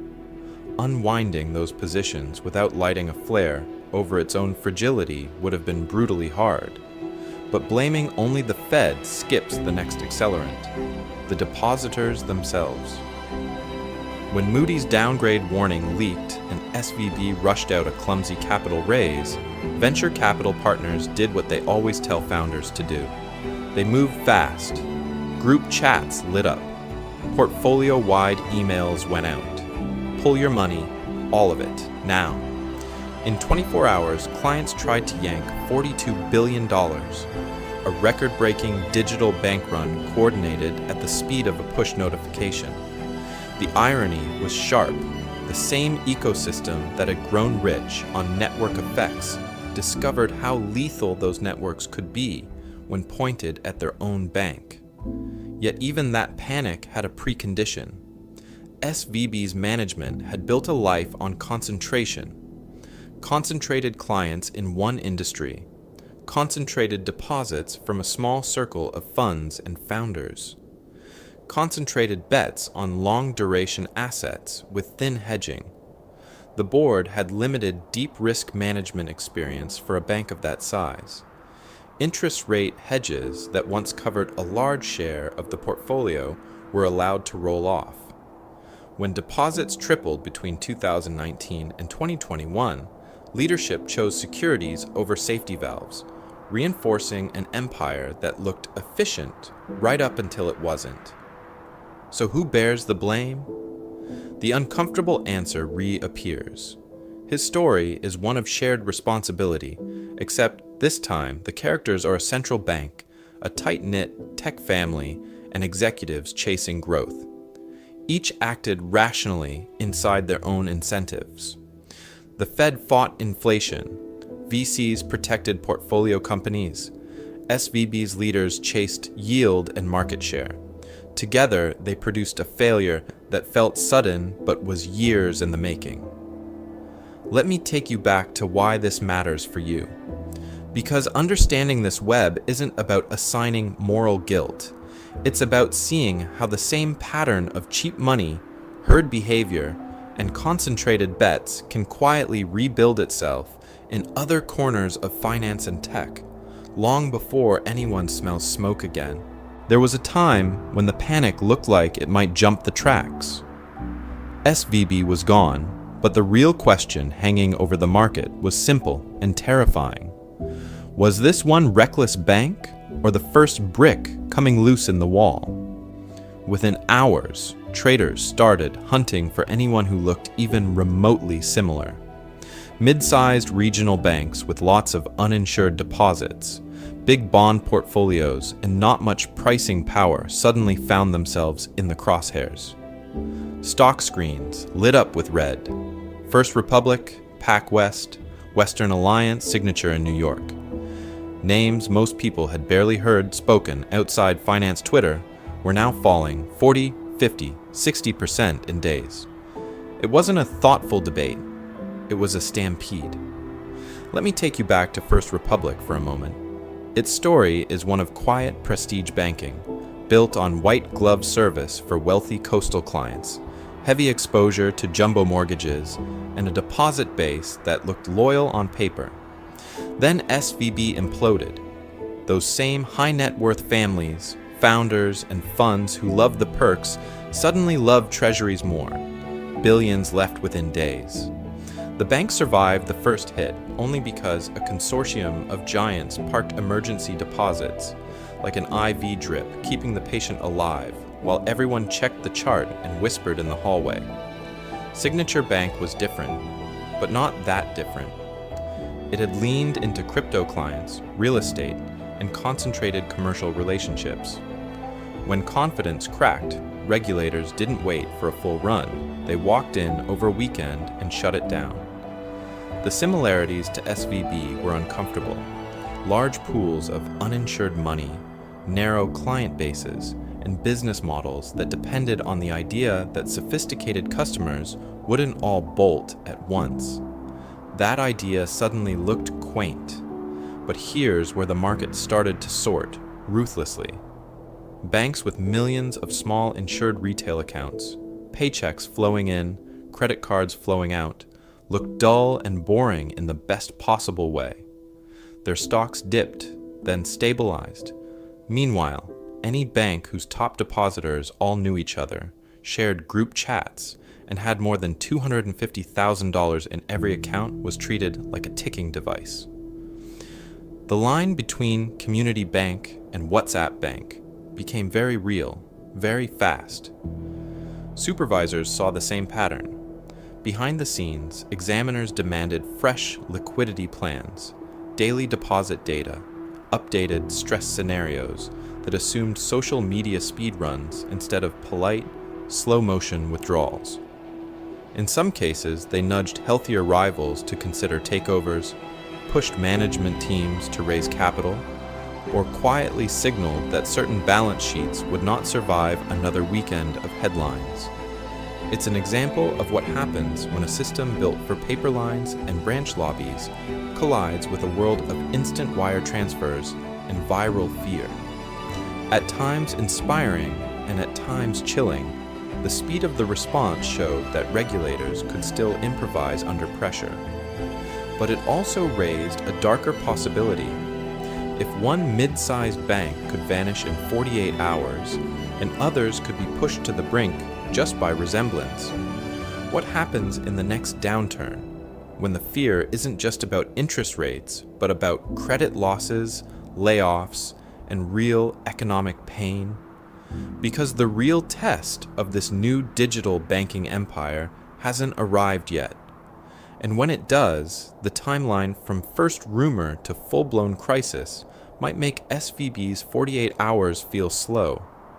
Stress tests were supposed to be the fire drill that saved the building. They were sold as the reason a 2008-style collapse could never happen again, the great mathematical shield around the banking empire. And yet, when Silicon Valley Bank went down in 48 hours, those same models were standing in the corner, holding a clipboard. There was a time when regulators redesigned the entire playbook. After the global financial crisis, they forced large banks through annual exam scenarios. Deep recessions, rising unemployment, commercial real estate crashes, waves of credit losses. They shocked loan books, nudged interest rates up or down a little, then watched the spreadsheets to see who survived. On paper it was rigorous, capital ratios, loss projections, pass or fail. The life of a modern bank reduced to a set of neat, color-coded outcomes. But SVB did not die from bad loans. It died from a combination the models barely touched. Extreme rate hikes, rapid deposit outflows, and a customer base that was wealthy, concentrated, and almost entirely uninsured. Stress tests often assumed slow burns, not flash fires. They imagined deposits as sticky, especially business deposits, and treated treasuries and agency mortgage bonds as the safest assets in the room. Safe, that is, unless you have to sell them tomorrow. Here's where the blind spots became lethal. The scenarios were backward-looking, built from the last war. They focused on credit risk from poor families missing mortgage payments, not from rich founders yanking tens of billions on a Thursday afternoon because a group chat lit up. They assumed diversification across industries, not a tight circle of venture capital firms who all knew each other, shared the same chats, and moved money with a tap. Let me take you back to how the models themselves invite this danger. To make them tractable, regulators simplify reality. Deposits are modeled as percentages, not panicked phone calls. Social media is treated as noise, not as an accelerant that can turn rumor into run in hours. The feedback loops that matter most in a crisis, one founder posting a screenshot, one VC email blast triggering another, are exactly the messy details that never make it into the equation. It's an example of what happens when a living system is squeezed into a neat, dead spreadsheet. Then there was the quiet gift SVB received. In 2018, regulatory rollbacks raised the threshold for the toughest stress tests. Banks under $250 billion in assets escaped the full glare reserved for Wall Street giants. SVB sat just under that line for years. Less scrutiny, fewer constraints, more room to chase yield. Because of that lighter touch, management could load up on long-term bonds, reassure their tech family everything was safe, and watch reported profits rise, at times inspiring and at times chilling in their calm. The pattern interrupt came when the future refused to look like the past. Rates spiked faster than any model had assumed. Deposits that were supposed to be stable vanished, and the safest assets turned into a trap. Any system that leans too heavily on backward-looking models is powerful right up until the moment reality changes regime. And the uncomfortable question hanging over the next section is this: how many other institutions are still praying that tomorrow behaves like yesterday? There was a time when "move fast and break things" was just a cheeky slogan on a hoodie. In March 2023, that slogan ran headfirst into a 600-year-old institution that does not forgive speed, does not reward disruption, and absolutely cannot afford to break. Startup life runs on velocity, code ships half finished, features launched to see what happens, and when something goes wrong, a quick apology tweet and a hot fix usually reset the game. The culture prizes iteration, pivots, and a kind of ritualized chaos where being early matters more than being careful. That mindset built an empire of apps, platforms, and overnight fortunes. But banking is different. Banking runs on one fragile asset that cannot be A/B tested: trust. In a fractional reserve system, the money sitting in an account is not actually sitting there. It has been lent out, transformed into loans and bonds, promises and probabilities. The whole structure stands because depositors believe, quietly and almost unconsciously, that the bank will be fine tomorrow. Because of this, perception is not a side detail in banking. Perception is the business model. Disturb it, and the math that looked so safe yesterday becomes lethal. Now let me take you back to the world where founders and VCs live every day. They operate inside group chats, signal threads, and Twitter feeds where information moves at the speed of a notification. A term sheet changes, a new round gets done. Within minutes, hundreds of people know, react, coordinate. In startups, that coordination is an advantage. In banking, the same coordination turns normal risk management into a stampede. When influential investors began warning portfolio companies to pull money from Silicon Valley Bank, they were not just customers. They were a highly synchronized network with billions of uninsured deposits and the power to trigger a $42 billion withdrawal in a single trading day. The ask forgiveness, not permission reflex that once helped founders outmaneuver regulators now meant no one waited to understand the balance sheet. They just ran. Many in tech had treated banks as commoditized utilities, like cloud servers for cash. You plug in, you get payments and credit cards, and maybe a venture debt line, and if something breaks, well, someone else will fix it. But a bank is not AWS. When enough large, uninsured depositors move together, they do not just consume a service. They decide whether that institution lives or dies. The brutal irony is that a community obsessed with system design misunderstood the system it depended on most. Silicon Valley Bank tried to live in both worlds. It spoke fluent startup, sponsored demo days, banked half of US venture-backed tech and life sciences, and made founders feel like part of a family. At the same time, it was a regulated bank, loaded with long-dated treasuries and mortgage bonds that assumed a calmer, slower reality. That hybrid identity was its edge. No other bank understood this ecosystem so well. It was also its Achilles heel. No other bank was so exposed to one hyper-connected crowd panicking in unison. His story is one of a culture clash between speed and fragility, at times inspiring and at times chilling, because the same habits that create wealth in one domain can destroy it in another. And here is where the story turns back on the viewer. Where else do people apply move fast and break things to systems that quietly punish speed with collapse. Healthcare decisions, algorithmic trading, even the way information about other banks spreads through social media. It's an example of what happens when a mantra built for software collides with a world that still obeys the old laws of leverage, liquidity, and fear. As the dust settled around SVB's carcass, another question emerged.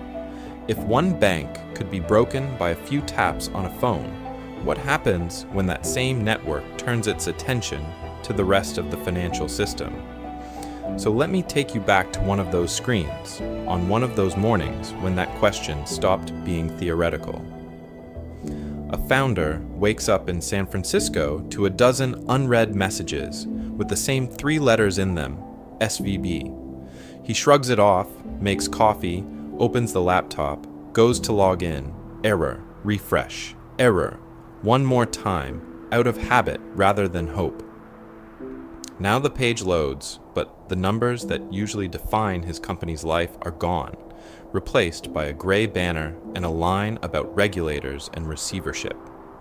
Overnight, the bank that held every dollar of his runway, every cent of investor money, has turned into a static web page and a legal notice.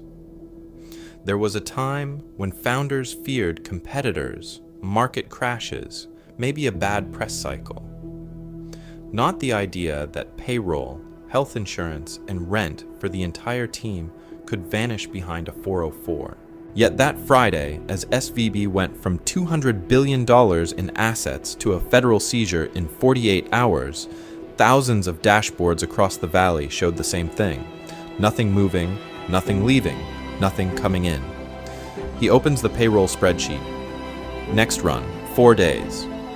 Amount, more than he has in any other bank combined, because there is no other bank. He starts doing ruthless triage, not in a boardroom, but in a shared Google sheet.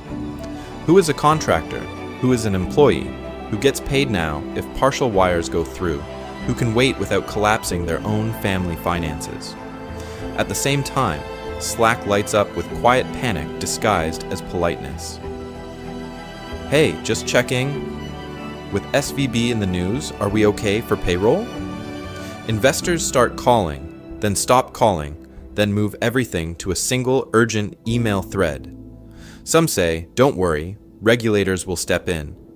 Others say, assume zero, act now. It's an example of what happens when the same people who preached infinite upside suddenly rediscover downside risk in real time. Pattern interrupt. He minimizes the bank tab and opens a new one. Open business account. At a bank he once mocked as slow and old. Now that slowness feels like a survival trait. He rushes through KYC forms, uploads incorporation docs, explains that yes, revenue is small, but venture money is large, and no, there is currently no way to access it. Once regulators announce that deposits will be honored, he joins the digital stampede, trying to move money through a system that has become a fire escape.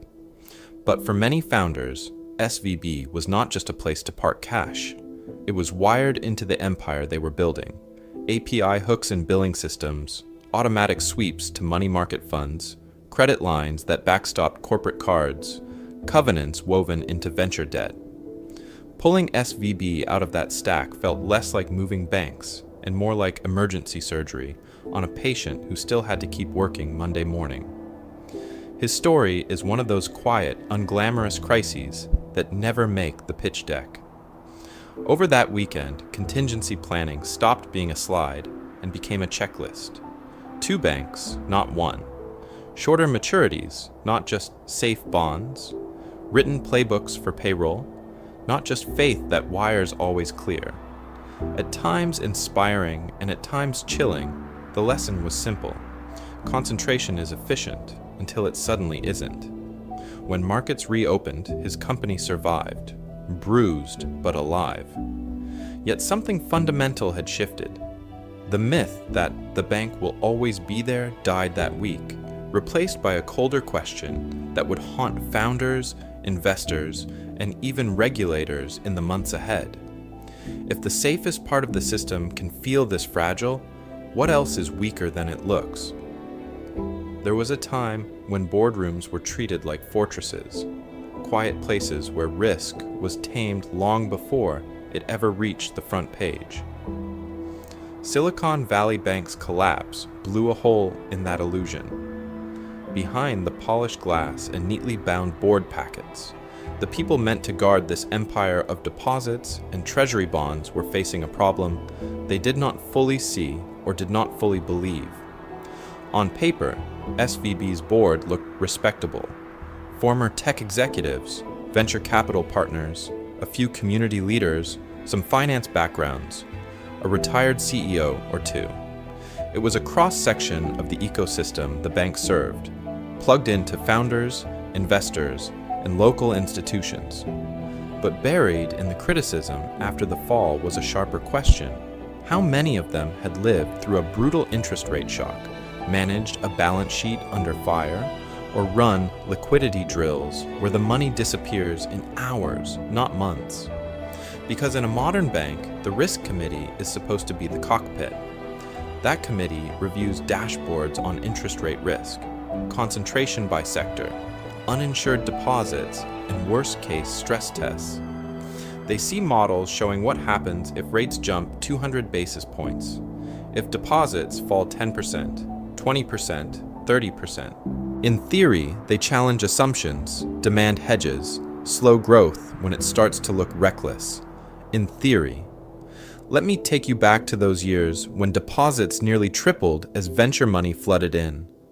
Reports showed rising balances, strong earnings, a soaring stock price. Management described the long-dated securities portfolio as safe, high-quality, government-backed. The losses were unrealized, a paper problem that would disappear if everyone just stayed calm and waited. It's an example of what happens when the numbers are technically accurate, and yet the story they tell is dangerously incomplete. Information asymmetry lives in that gap. Management controls the models, the scenarios, the framing. The board controls the questions. Did directors see a version where rates rose faster than anything in recent memory and 40% of deposits fled in 2 days? Or did the slide stop at severe but manageable, with neat red bars that still fit comfortably on the page? At times inspiring and at times chilling, the relationship between boards and executives can look like partnership, right up until it looks like capture. Years of success do something quiet to oversight. When the stock keeps climbing, when founders praise the bank as a loyal partner, when bonuses and reputation ride on growth, urgency dulls. Challenging a winning strategy starts to feel impolite, even disloyal. The risk committee that should be rehearsing disaster scenarios ends up debating marginal tweaks, while the real danger compounds off stage. His story is one of personal ambition. This story is one of institutional complacency. And it doesn't just live in billion-dollar banks.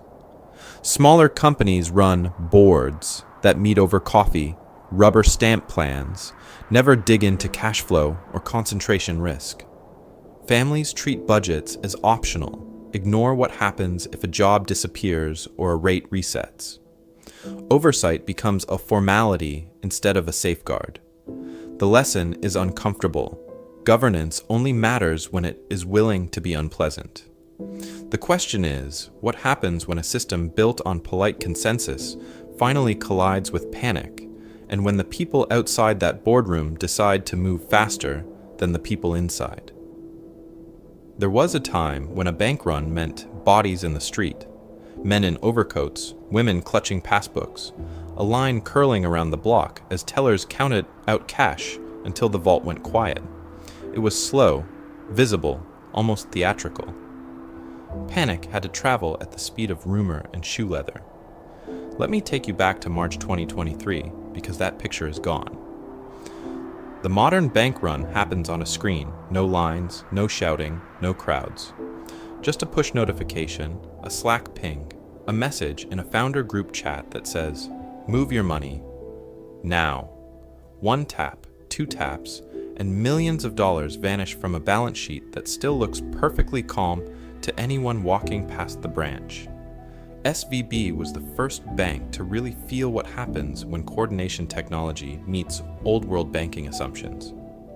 For decades, regulators modeled withdrawals as a kind of gentle tide. Some money in, some money out, rarely everyone at once. The whole fractional reserve system depends on that staggered rhythm, on the idea that depositors live separate financial lives and act on separate schedules. But the life of a startup founder in 2023 is lived in shared channels. Thousands of companies, all banked at the same place, all talking in real time. Venture partners dropping the same screenshot into 20 different WhatsApp threads. CFOs watching the same Twitter feed. When one influential voice says "get out," it does not echo over weeks. It detonates in minutes. On March 9th, SVB customers tried to pull $42 billion in a single day, not because they had to physically show up, argue with a manager, calm their family, sleep on it. Because their phone buzzed and they could move 8 figures before lunch. The liquidity mismatch that every bank lives with suddenly looked less like a manageable risk and more like a trapdoor. This is the new cruelty of speed. A balance sheet built on long-term treasuries and mortgages can survive a slow bleed. It cannot survive a coordinated stampede that arrives through fiber optic cables. The same tools that let founders raise money overnight, build remote teams, and launch products globally also let them collectively hit withdraw at a scale no 19th century banker or 20th century regulator ever had to imagine. Meanwhile, the people meant to stop the fire are still holding hoses designed for a different century.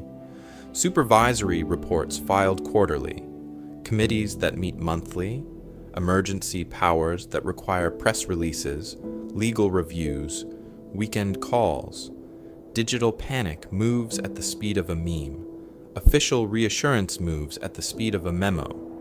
And here is the uncomfortable implication. SVB is unlikely to be an isolated tragedy. It is an example of what happens when an empire of instant communication collides with institutions tuned to analog time. Unless both banks and regulators learn to think in notifications, not just in spreadsheets, the next 48-hour collapse is already on the calendar. The only unknown is whose logo appears in the headline. The real twist is that the same network that killed SVB would demand answers the very next morning. Those answers, and the quiet rewiring of the system that followed, are the next part of this story. There was a time when seeing a big number in your bank app felt like the end of the story. Money in the account, problem solved, risk gone. The collapse of Silicon Valley Bank was a reminder that this comfort is not a law of nature. It's a story. And the plot is much stranger than most people realize. Let me take you back to the core mechanic that makes modern banking work. When a company wires $20 million into its account, the bank does not place $20 million in a labeled box waiting for them. Under fractional reserve banking, only a slice stays as immediately available cash. The rest is lent out to other borrowers, invested in mortgages, or, in SVB's case, poured into long-dated treasuries and mortgage-backed securities. On a normal day, this is efficient. On a panic day, it's an example of what happens when everyone asks for the same dollars at the same time. To calm that fear, another story was built: FDIC insurance. In the United States, deposits are guaranteed up to $250,000 per depositor per bank. Not only is this a legal limit, it's a psychological line, a bright border between safe and at risk. Under that number, people sleep. Above that number, they assume the government will never let it fail anyway. At SVB, roughly 90% of deposits were above that line. The illusion was that the limit did not apply to important people. But the real twist is that not all safe assets are safe in the same way. Holding a 3-month treasury bill directly is a claim on the US government. Holding $1 in a bank that owns treasuries is a claim on the bank.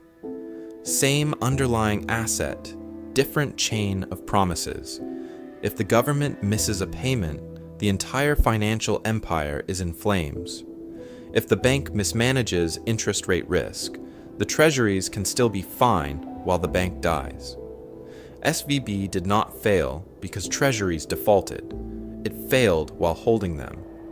For founders, startups, and wealthy families, this distinction turned brutal.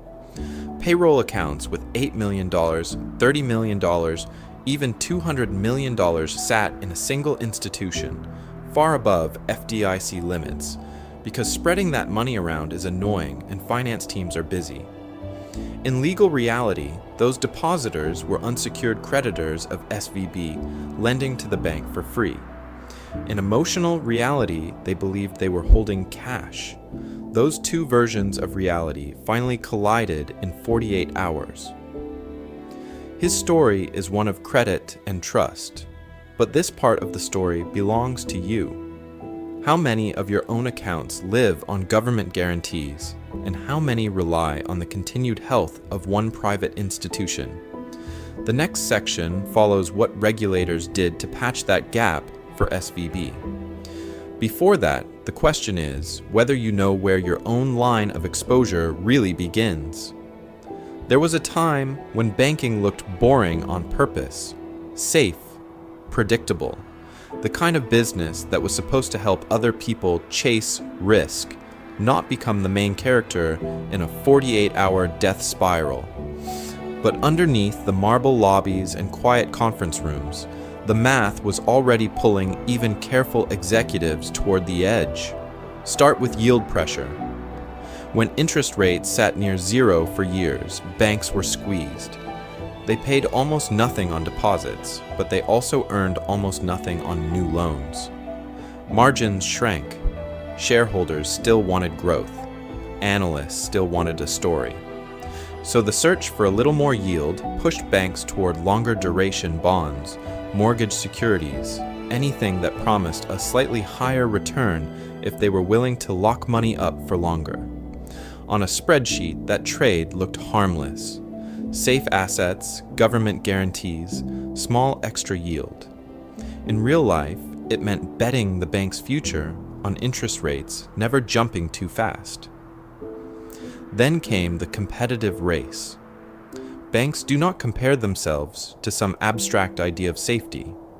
They compare themselves to peers. If one regional bank posts 8% returns on equity, while the others post 14%, the market punishes the laggard. The stock falls. Activist investors circle. Boards start asking why their empire of deposits and loans is not pulling its weight. Underperformed too long, and the result is shareholder lawsuits, executive turnover, or a quiet sale to a rival. So even conservative teams feel the pull. Stretch a bit more, reach for yield, keep up. Layer on regulatory arbitrage. Capital rules assign different weights to different assets. Treasuries and agency mortgage-backed securities get low-risk weights, so they consume less capital. That sounds prudent, yet it quietly encourages banks to pile into the same categories, concentrating duration risk in the very assets that look safest. It's an example of what happens when a rule designed to prevent one kind of disaster channels everyone into another. Short-term rewards finish the trap. Executive pay, investor calls, internal promotions all revolve around this quarter, this year. Interest rate risk, liquidity risk, concentration risk, those play out over 5 or 10. A CEO who refuses to chase yield might protect the institution's life, but the bonus pool will look thin. A CEO who leans in will be praised as strategic, visionary, efficient. If the music stops after they retire, that is someone else's problem. Now let me take you back to Silicon Valley Bank. Its deposits nearly tripled from 2019 to 2021 as venture money flooded into tech and life sciences. SVB could not make loans fast enough, so it did the safe thing and bought long-dated treasuries and mortgage securities at low yields. It was obeying capital rules, pleasing shareholders with higher earnings, and serving its tight startup family by offering tailored services and easy credit. At times inspiring and at times chilling, the growth story looked flawless while rates were low. Then the environment flipped, rates spiked, bond values fell, and SVB's rational decisions turned lethal. The same math that once boosted profits now erased capital in silence. The next section follows how that silence ended the moment regulators and ratings agencies finally did the one thing banks fear most. They forced the story into daylight. That daylight revealed something awkward. This wasn't just a quirky little lender that had misjudged some bonds. This was an institution sitting on more than $200 billion in assets, bankrolling half of America's venture-backed tech and life sciences startups, and yet it still wore the harmless costume of a regional bank. There was a time when Silicon Valley Bank really was what the name suggested. In 1983, it opened as a niche lender in Santa Clara, hustling to win deposits from scrappy founders who couldn't get a meeting on Wall Street. Early on, it financed local semiconductor firms, tiny software houses, biotech experiments that looked closer to science fiction than to money. The empire was small, fragile, and utterly dependent on the trust of a tight-knit community. Then the valley exploded. As venture capital scaled through the 1990s and 2000s, SVB followed the money. It opened offices in Boston, New York, Israel, the UK, China.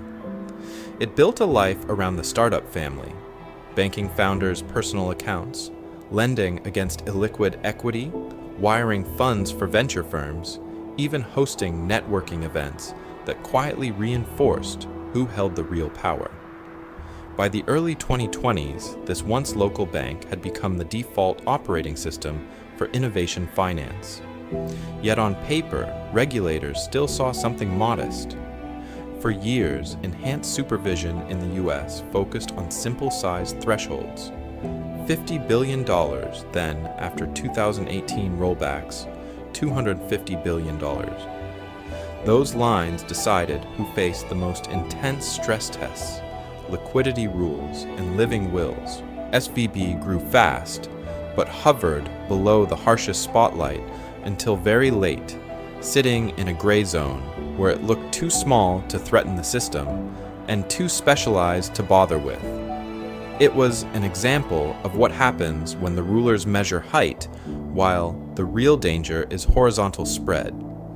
Because functionally, SVB had become systemically important long before it crossed any magic number. Its clients weren't random households and corner shops. They were the payrolls of venture-funded startups, the cash of VC funds, the runway of entire research pipelines. When founders needed to pay engineers, labs, cloud bills, or simply keep the lights on, the wires flowed through one hub. Pull that hub and you don't just hit a bank balance. You hit the life cycle of innovation itself. Still, the perception lagged. Journalists, politicians, even some regulators talked about SVB as if it were a slightly eccentric community bank that liked hoodie-wearing CEOs. The story of its wealth and reach remained inside the bubble, at times inspiring and at times chilling, while public narratives focused on the usual Wall Street villains. The label, "too big to fail," never quite stuck, even as its failure would finally force extraordinary intervention to keep thousands of startups from instant poverty. And here is where the story stops, being just about one bank. Because in crypto exchanges, fintech lenders, private credit funds, there are other niche platforms quietly weaving themselves into critical arteries of money and power. The question is, when their moment of daylight comes, will anyone be ready, or will the next 48-hour collapse already be underway? So now regulators are staring at the wreckage of a 48-hour collapse and realizing the rule book they wrote for slow, polite bank runs met a world of group chats and viral panic. There was a time when supervisors imagined lines around the block, not $42 billion leaving in a single day because a few high-profile founders hit send on a warning. The question hanging over the whole financial empire is simple and brutal. Can rules written for the telegraph age survive the Twitter age? Let me take you back to the quiet years after 2008, when regulators drew a bright line at $250 billion in assets. Above that, banks faced tougher liquidity rules and regular stress tests. Below it, life was easier.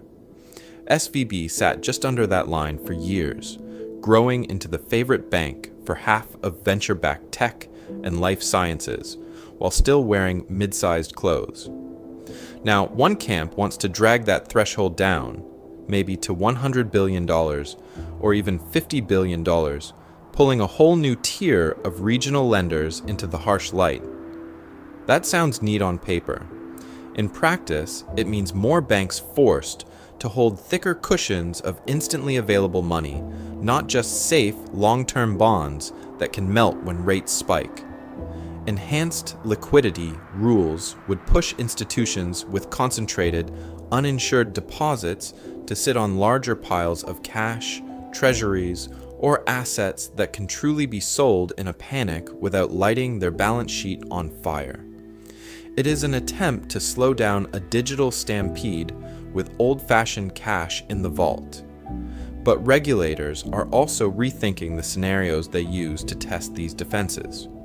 Before SVB, stress tests imagined heavy withdrawals over weeks, maybe months, not a near-record bank run compressed into hours, while social media poured gasoline on every rumor.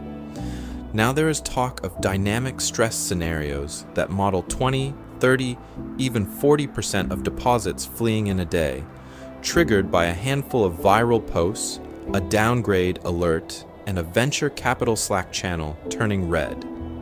It is an example of what happens when yesterday's nightmares underestimate today's bandwidth. The next frontier is information itself. Supervisors are asking whether they need near real-time visibility into large deposit flows, especially at banks whose customers move hundreds of millions with a tap. That could mean dashboards that light up when outflows cross a threshold, and pre-planned communication protocols so regulators, bank CEOs, and maybe even Treasury can speak quickly, clearly, and with enough authority to puncture a false story before it becomes a self-fulfilling prophecy. Of course, every new safeguard has a cost. More liquidity sitting idle means less money flowing into loans, higher fees, and a heavier burden on the mid-sized banks that finance local businesses, not just glossy startups. Push too hard and innovation, competition, even regional economic life can suffocate under compliance. Pull back and the system stays fragile, at times inspiring, and at times chilling in how much power a few messages can unleash. The next part of this story is where the trade-offs become very real for founders, depositors, and taxpayers alike. There was a time when founders treated banking like choosing a Wi-Fi password. Annoying, low stakes, something to do once and forget. The death of Silicon Valley Bank in 48 hours proved that for a modern company, where its money sleeps can decide whether the whole life of the business suddenly ends. The first lesson is brutally simple. Do not let your entire company's future sit inside one institution, no matter how friendly the relationship manager, no matter how glossy the app. SVB had over 90% of deposits uninsured when it failed. When the run started, founders were wiring tens and hundreds of millions from the same bank to the same 2 or 3 big banks at the same time. Real diversification means multiple institutions, multiple account types, and balances that do not casually blow through FDIC limits as if those rules were for someone else. Next, segment the cash. Think of your company's money as 2 different families living under one roof. Operational cash is the noisy one. Payroll, rent, vendors, tax payments, the next 3 to 6 months of survival. That belongs in ultra-safe, ultra-liquid accounts spread across banks, with boring things like sweep programs and insured cash management. Strategic reserves are the quiet relative, runway for acquisitions, future hiring, that big expansion the board keeps hinting at. Those can tolerate more duration, more yield, more complexity, but only after clear limits are written down and understood. Because here is the harsh truth: if founders and CFOs do not understand counterparty risk, they are trusting the empire to stay benevolent forever. Let me take you back to SVB's balance sheet. Massive concentration in one industry, one geography, one type of depositor, and long-dated securities that were safe until interest rates moved. Leaders cannot just be impressed by conference invitations and catered events. They need to read capital ratios, look at deposit concentration, know whether a bank is in the lightly watched regional bucket or the heavily tested systemic bucket. It is an example of what happens when everyone outsources the boring questions to someone else. Then comes the crisis playbook. When SVB's stock plunged and the downgrade rumors hit, many companies were writing their plan in real time, inside chaotic group chats. A written contingency plan means pre-approved alternate accounts, updated contact lists, clear thresholds for when to move 10%, 50%, or 100% of deposits, and who can push the button without waiting for a full board meeting. In a digital run, hours matter. Signatures and permissions must be ready before the sirens start. Finally, this demands a cultural shift. Treasury is no longer back-office paperwork. It is a frontline risk function, as strategic as product or sales. His story is one of engineers, founders, and investors who discovered in a single weekend that wealth on a dashboard is not the same as money you can actually use. The next chapter of this story shows what happens when that lesson collides with politics, regulators, and the taxpayers who quietly guarantee the game. Once the smoke cleared, the money did not stay homeless for long. Within days, tens of billions that had lived at a niche California lender were suddenly sleeping inside the vaults of JP Morgan, Bank of America, and a few other giants. Not only did SVB die in 48 hours, its empire was quietly divided up by banks that already dominated American finance. There was a time when founders bragged about being an SVB company, as if it were a badge of belonging to a particular tribe. After the collapse, the new badge was far less romantic. We wired everything to a too-big-to-fail bank on Monday. Treasury teams opened accounts at multiple megabanks, moved idle cash into government money market funds, and parked operating balances with institutions that regulators would never allow to fail. Safety for the moment meant size. But while the giants pulled deposits in, something else happened in the shadows. Fintech platforms saw a surge of interest. Startups flocked to dashboards promising automated treasury, sweep accounts that sliced deposits across dozens of partner banks, and APIs that could move money away from danger in seconds. It sounded modern, efficient, even elegant. Click a button and your cash is suddenly diversified across the country. Then came the trade-offs. Moving from a specialized partner like SVB to a generic megabank meant losing the banker who knew the founding team's life story, who understood venture debt covenants, who could wire a bridge loan at 10 p.m. on a Sunday. In its place, a national call center, a compliance queue, and a relationship manager handling 100 other clients. The risk of a bank run may have fallen, but the risk of being invisible inside a massive institution quietly rose. Fintech brought its own stranger risks. Funds might be custodied at one bank, swept to 10 others, rehypothecated through overnight agreements that few founders could explain. Legal ownership could sit with a broker-dealer, an SPV, or a trust. It looked diversified on the screen. In the fine print, it could still be one failure away from chaos. It is an example of what happens when complexity is sold as safety. Venture capitalists changed too. Term sheets began to include language about approved banking partners.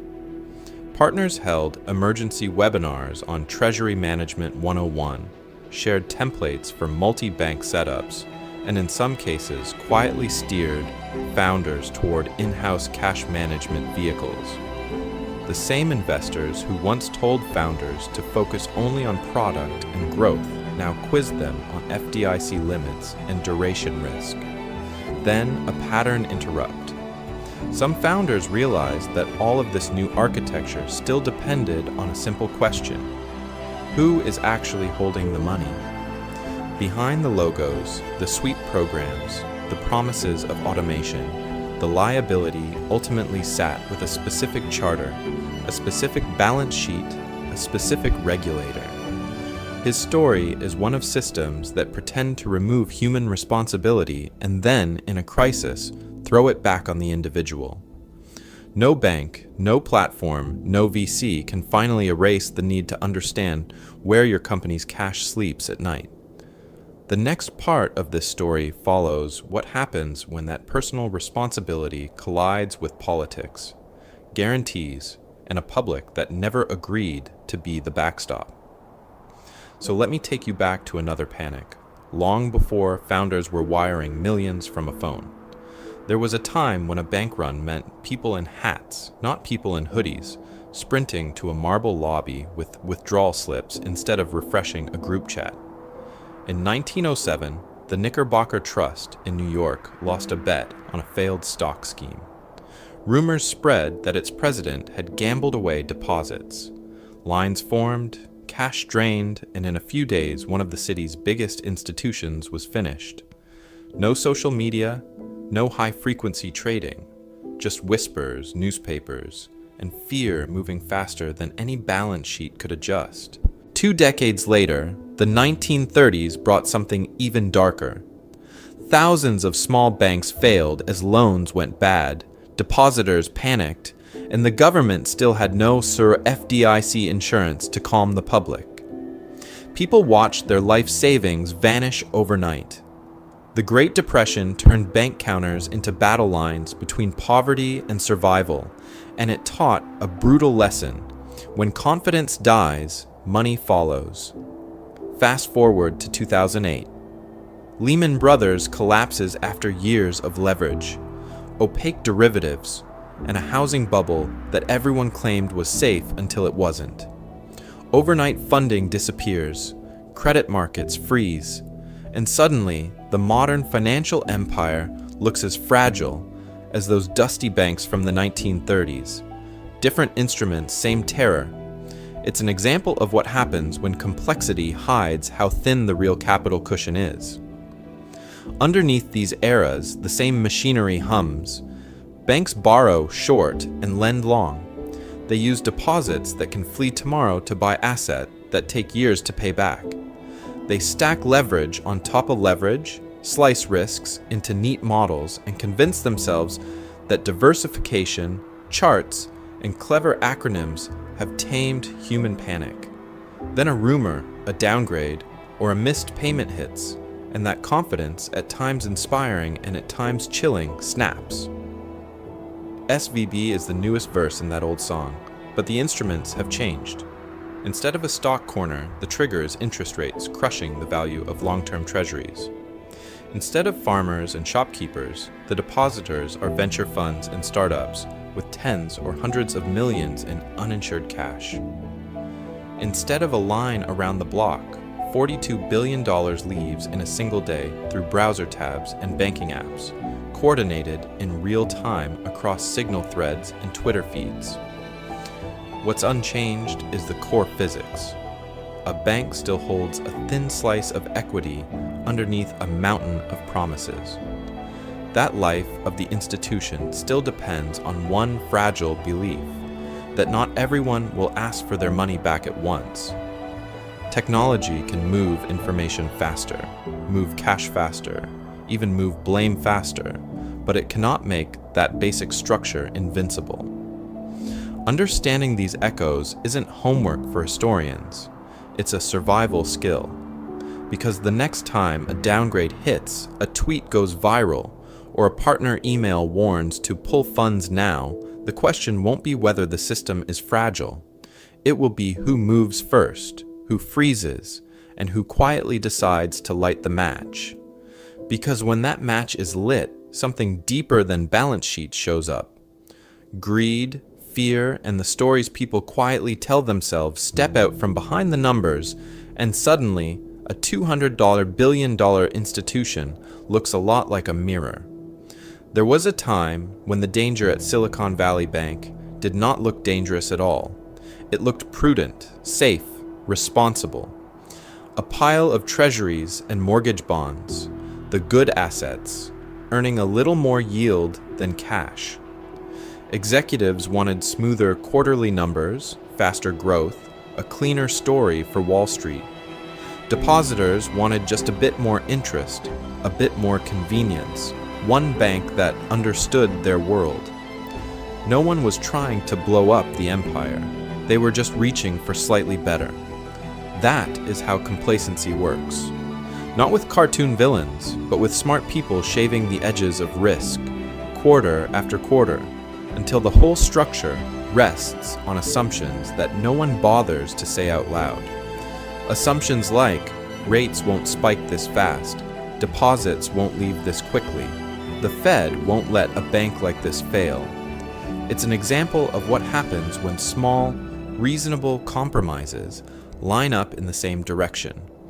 Then the mood flips, greed gives way to fear, and the same instinct that once said, leave the money, it's fine, now screams, move everything right now. Venture capital partners blast emails. Group chats light up. Founders who barely read bank statements suddenly refresh dashboards every few seconds. Each person is acting to protect their own company, their own employees, their own family. But together, that rational self-defense becomes collective self-harm. Let me take you back to that Thursday. $42 billion in withdrawal attempts in a single day. Not only was that the largest bank run in modern U.S. history, it was concentrated among some of the most sophisticated, data-driven clients on Earth. The same people who preach "don't panic" to their portfolio companies, who talk about long-term vision and conviction, triggered a stampede that no liquidity plan on Earth could meet. Pattern interrupt. The heroes of rationality behaved exactly like every frightened crowd in every financial panic for 200 years.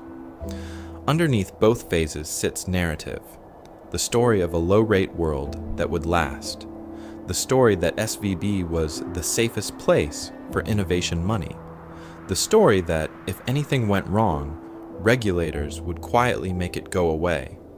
His story is one of oil and railroads.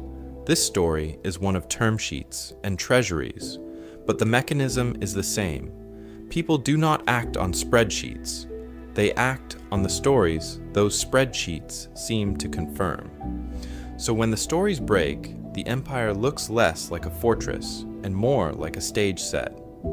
At times inspiring and at times chilling. Inspiring because a niche lender from 1983 became the oxygen line for half of America's venture-backed tech and life sciences companies. Chilling because one downgrade, one clumsy capital raise, and one viral wave of messages could erase that life support in 48 hours. This is where the mirror comes in. The point is not to condemn founders, bankers, or regulators as uniquely reckless.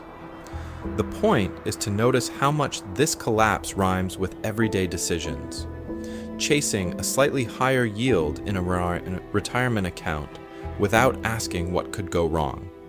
Staying too concentrated in one employer, one industry, one booming city, because the story feels so good, assuming that they will step in if anything truly bad happens. Everyone loves the story of wealth without the discomfort of risk. Everyone wants the upside of power without the downside of fragility. But systems, whether global finance or a single household, do not care about the story. They care about cash flows, timing, and concentration. So the question is not whether greed and fear exist. They always will. The question is whether the stories around your own money, career, and community are examined on quiet days, or only rewritten in the middle of a bank run. Because the next time confidence breaks, the outcome will depend less on what the Fed does, and more on what millions of people like you have already decided to believe. There was a time when reading a bank's balance sheet felt like reading a phone book, boring, dense, harmless. SVB proved that buried in those lines is the difference between a quiet weekend and waking up to find the oxygen line of an entire industry on fire. So from the autopsy, here is the action. A simple 3-question lens you can point at any bank, any boom, any shiny new financial empire promising safe returns. First, who are the customers? If one niche dominates, like half of all US venture-backed tech and life sciences startups, that is not diversification. That is a single story wearing many hoodies. Second, where is the money invested? If deposits have flooded in and been shoved into long-duration bonds and mortgages, the bank is betting that interest rates will stay low and life will stay calm. Third, what assumptions is everyone making about the future?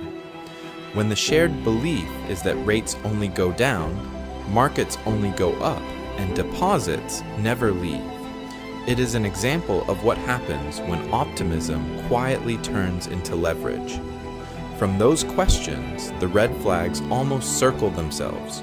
Concentrated, uninsured deposits, like SVB's huge pile of corporate accounts far above FDIC limits, mean that if fear hits, the smartest people in the room also have the fastest fingers on the withdrawal button.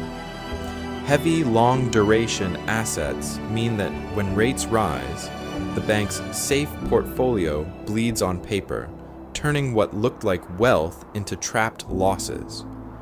Rapid growth during boom periods, when deposits triple in a few years, is not always a sign of genius. Sometimes it is just a sign of a bubble passing through.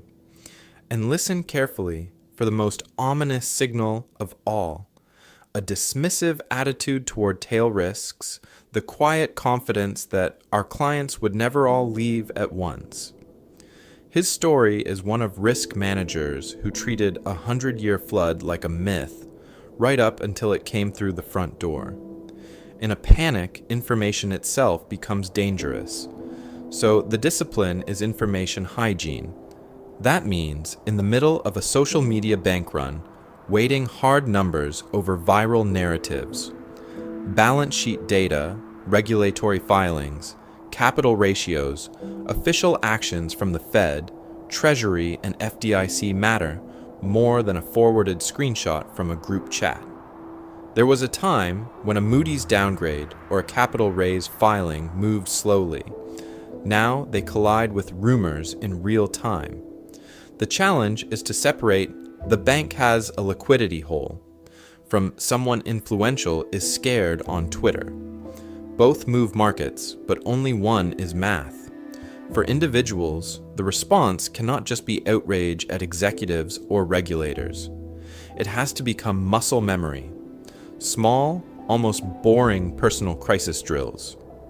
Once or twice a year, check how much of your cash is actually insured, not just at one bank, but across them.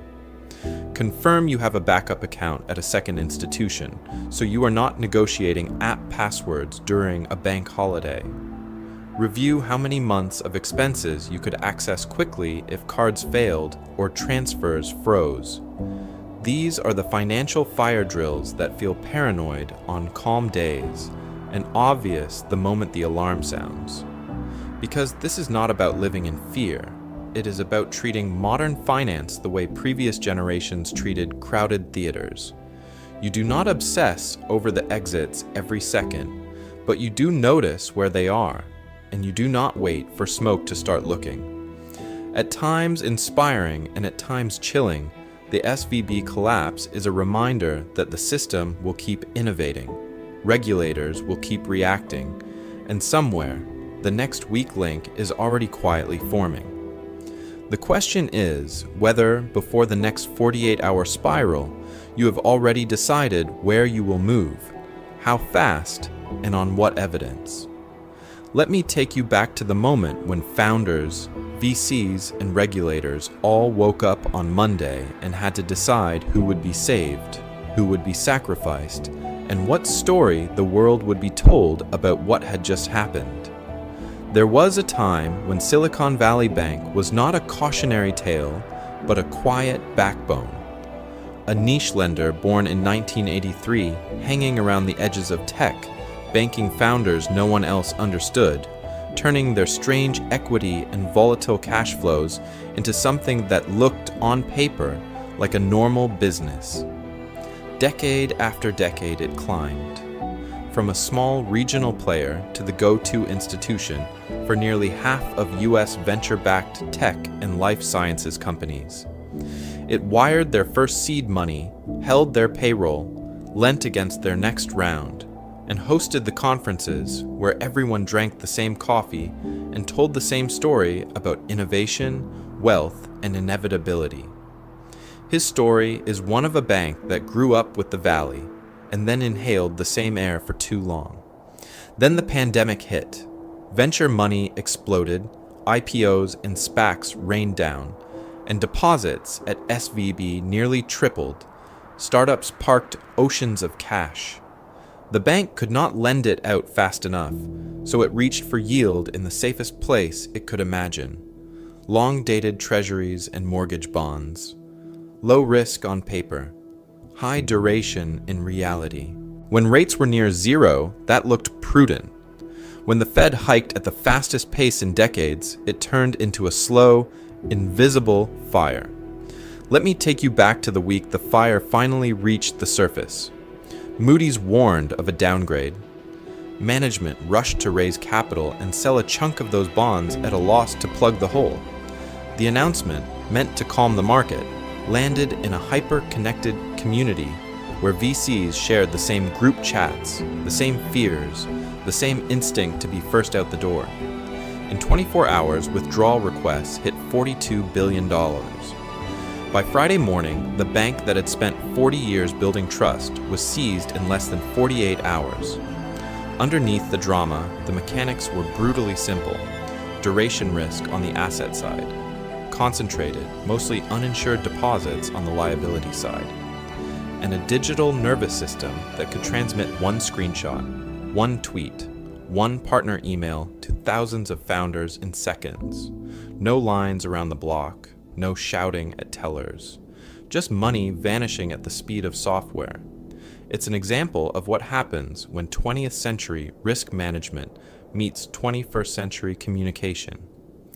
The moral themes are at times inspiring and at times chilling. Ambition and innovation turned a niche lender into an empire of startup finance. The same tight community that created opportunity also created herd behavior. Executives grew comfortable with cheap money. Regulators relaxed after 2018 rollbacks. Depositors outsourced judgment to what everyone else is doing. None of those choices alone doom the bank. Together, they did.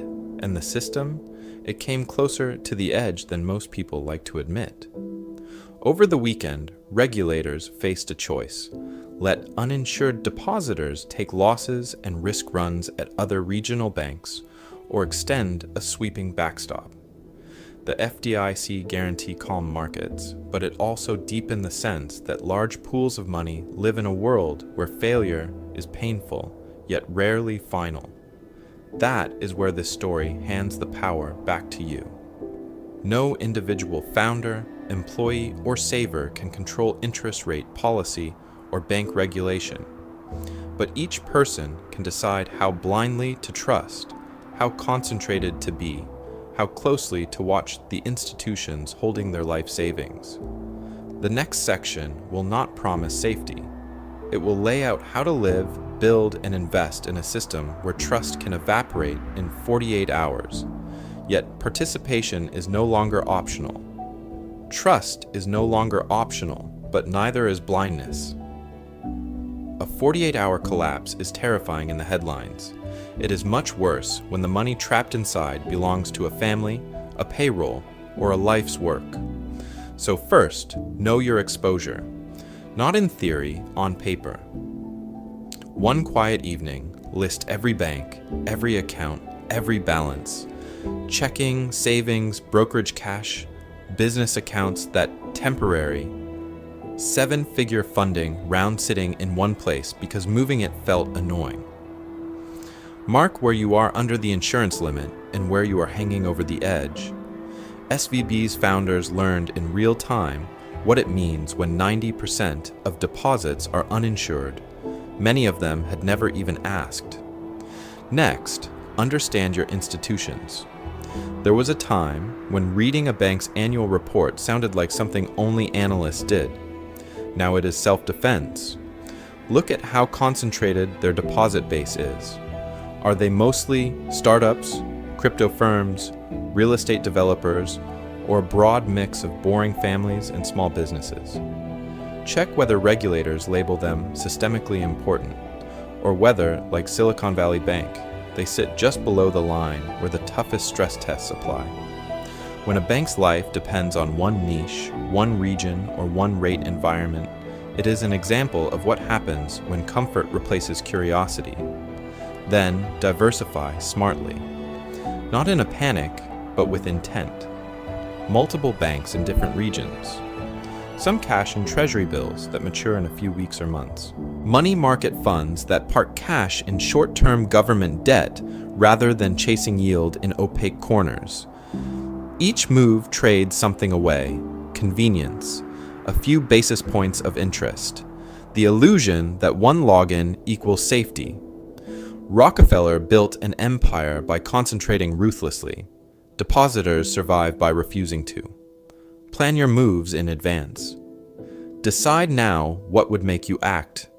A failed capital raise, a sudden plunge in the stock price, a cluster of credible reports about liquidity problems, a downgrade from a major rating agency.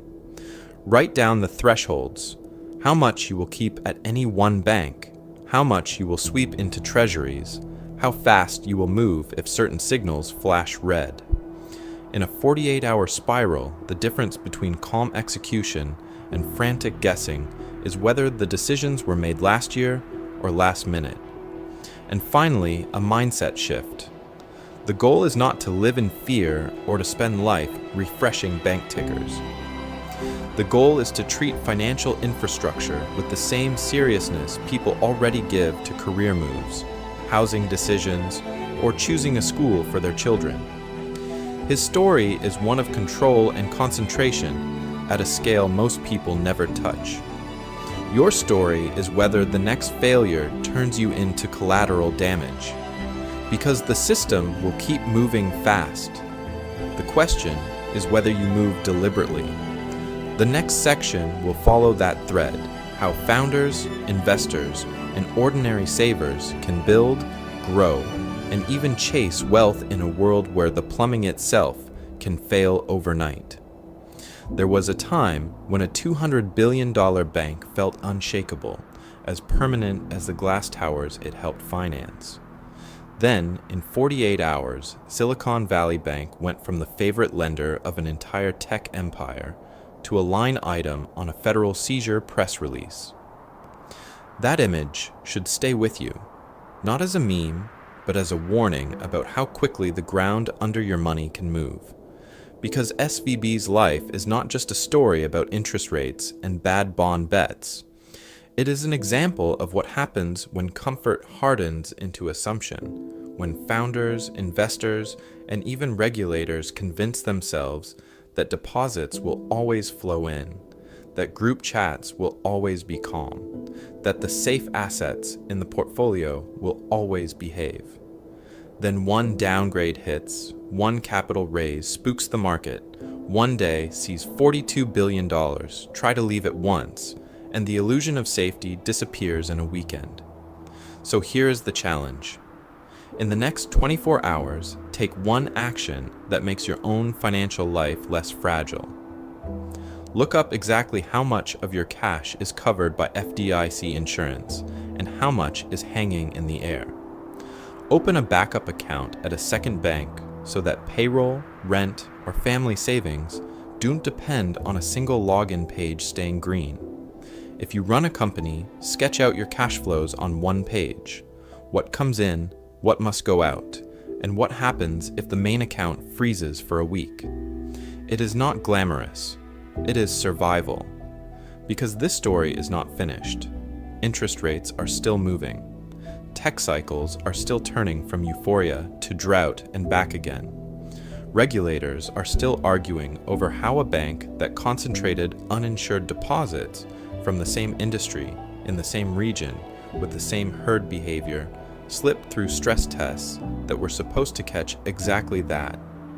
Future episodes will follow that collision of money, power, and policy, tracing how each new rule creates new loopholes, and how every attempt to make the system safer quietly shifts the risk somewhere else. If you lived through SVB from the inside, share that experience in the comments. Maybe your startup had payroll stuck. Maybe your venture fund was on those frantic calls. Or maybe your family just watched the headlines and wondered if their own bank was next. If there are parts of this collapse that still feel confusing, ask the questions. And if this kind of deep narrative breakdown of financial turning points helps you see the system more clearly, subscribe so you do not miss the next chapter. Because the real danger is not the crisis that explodes on the news ticker. The real danger is the quiet assumption that my bank is fine, rates will stay low. This could never happen here. His story is one of comfort turning into catastrophe. Your story is whether you question those assumptions before the next 48-hour collapse forces you to.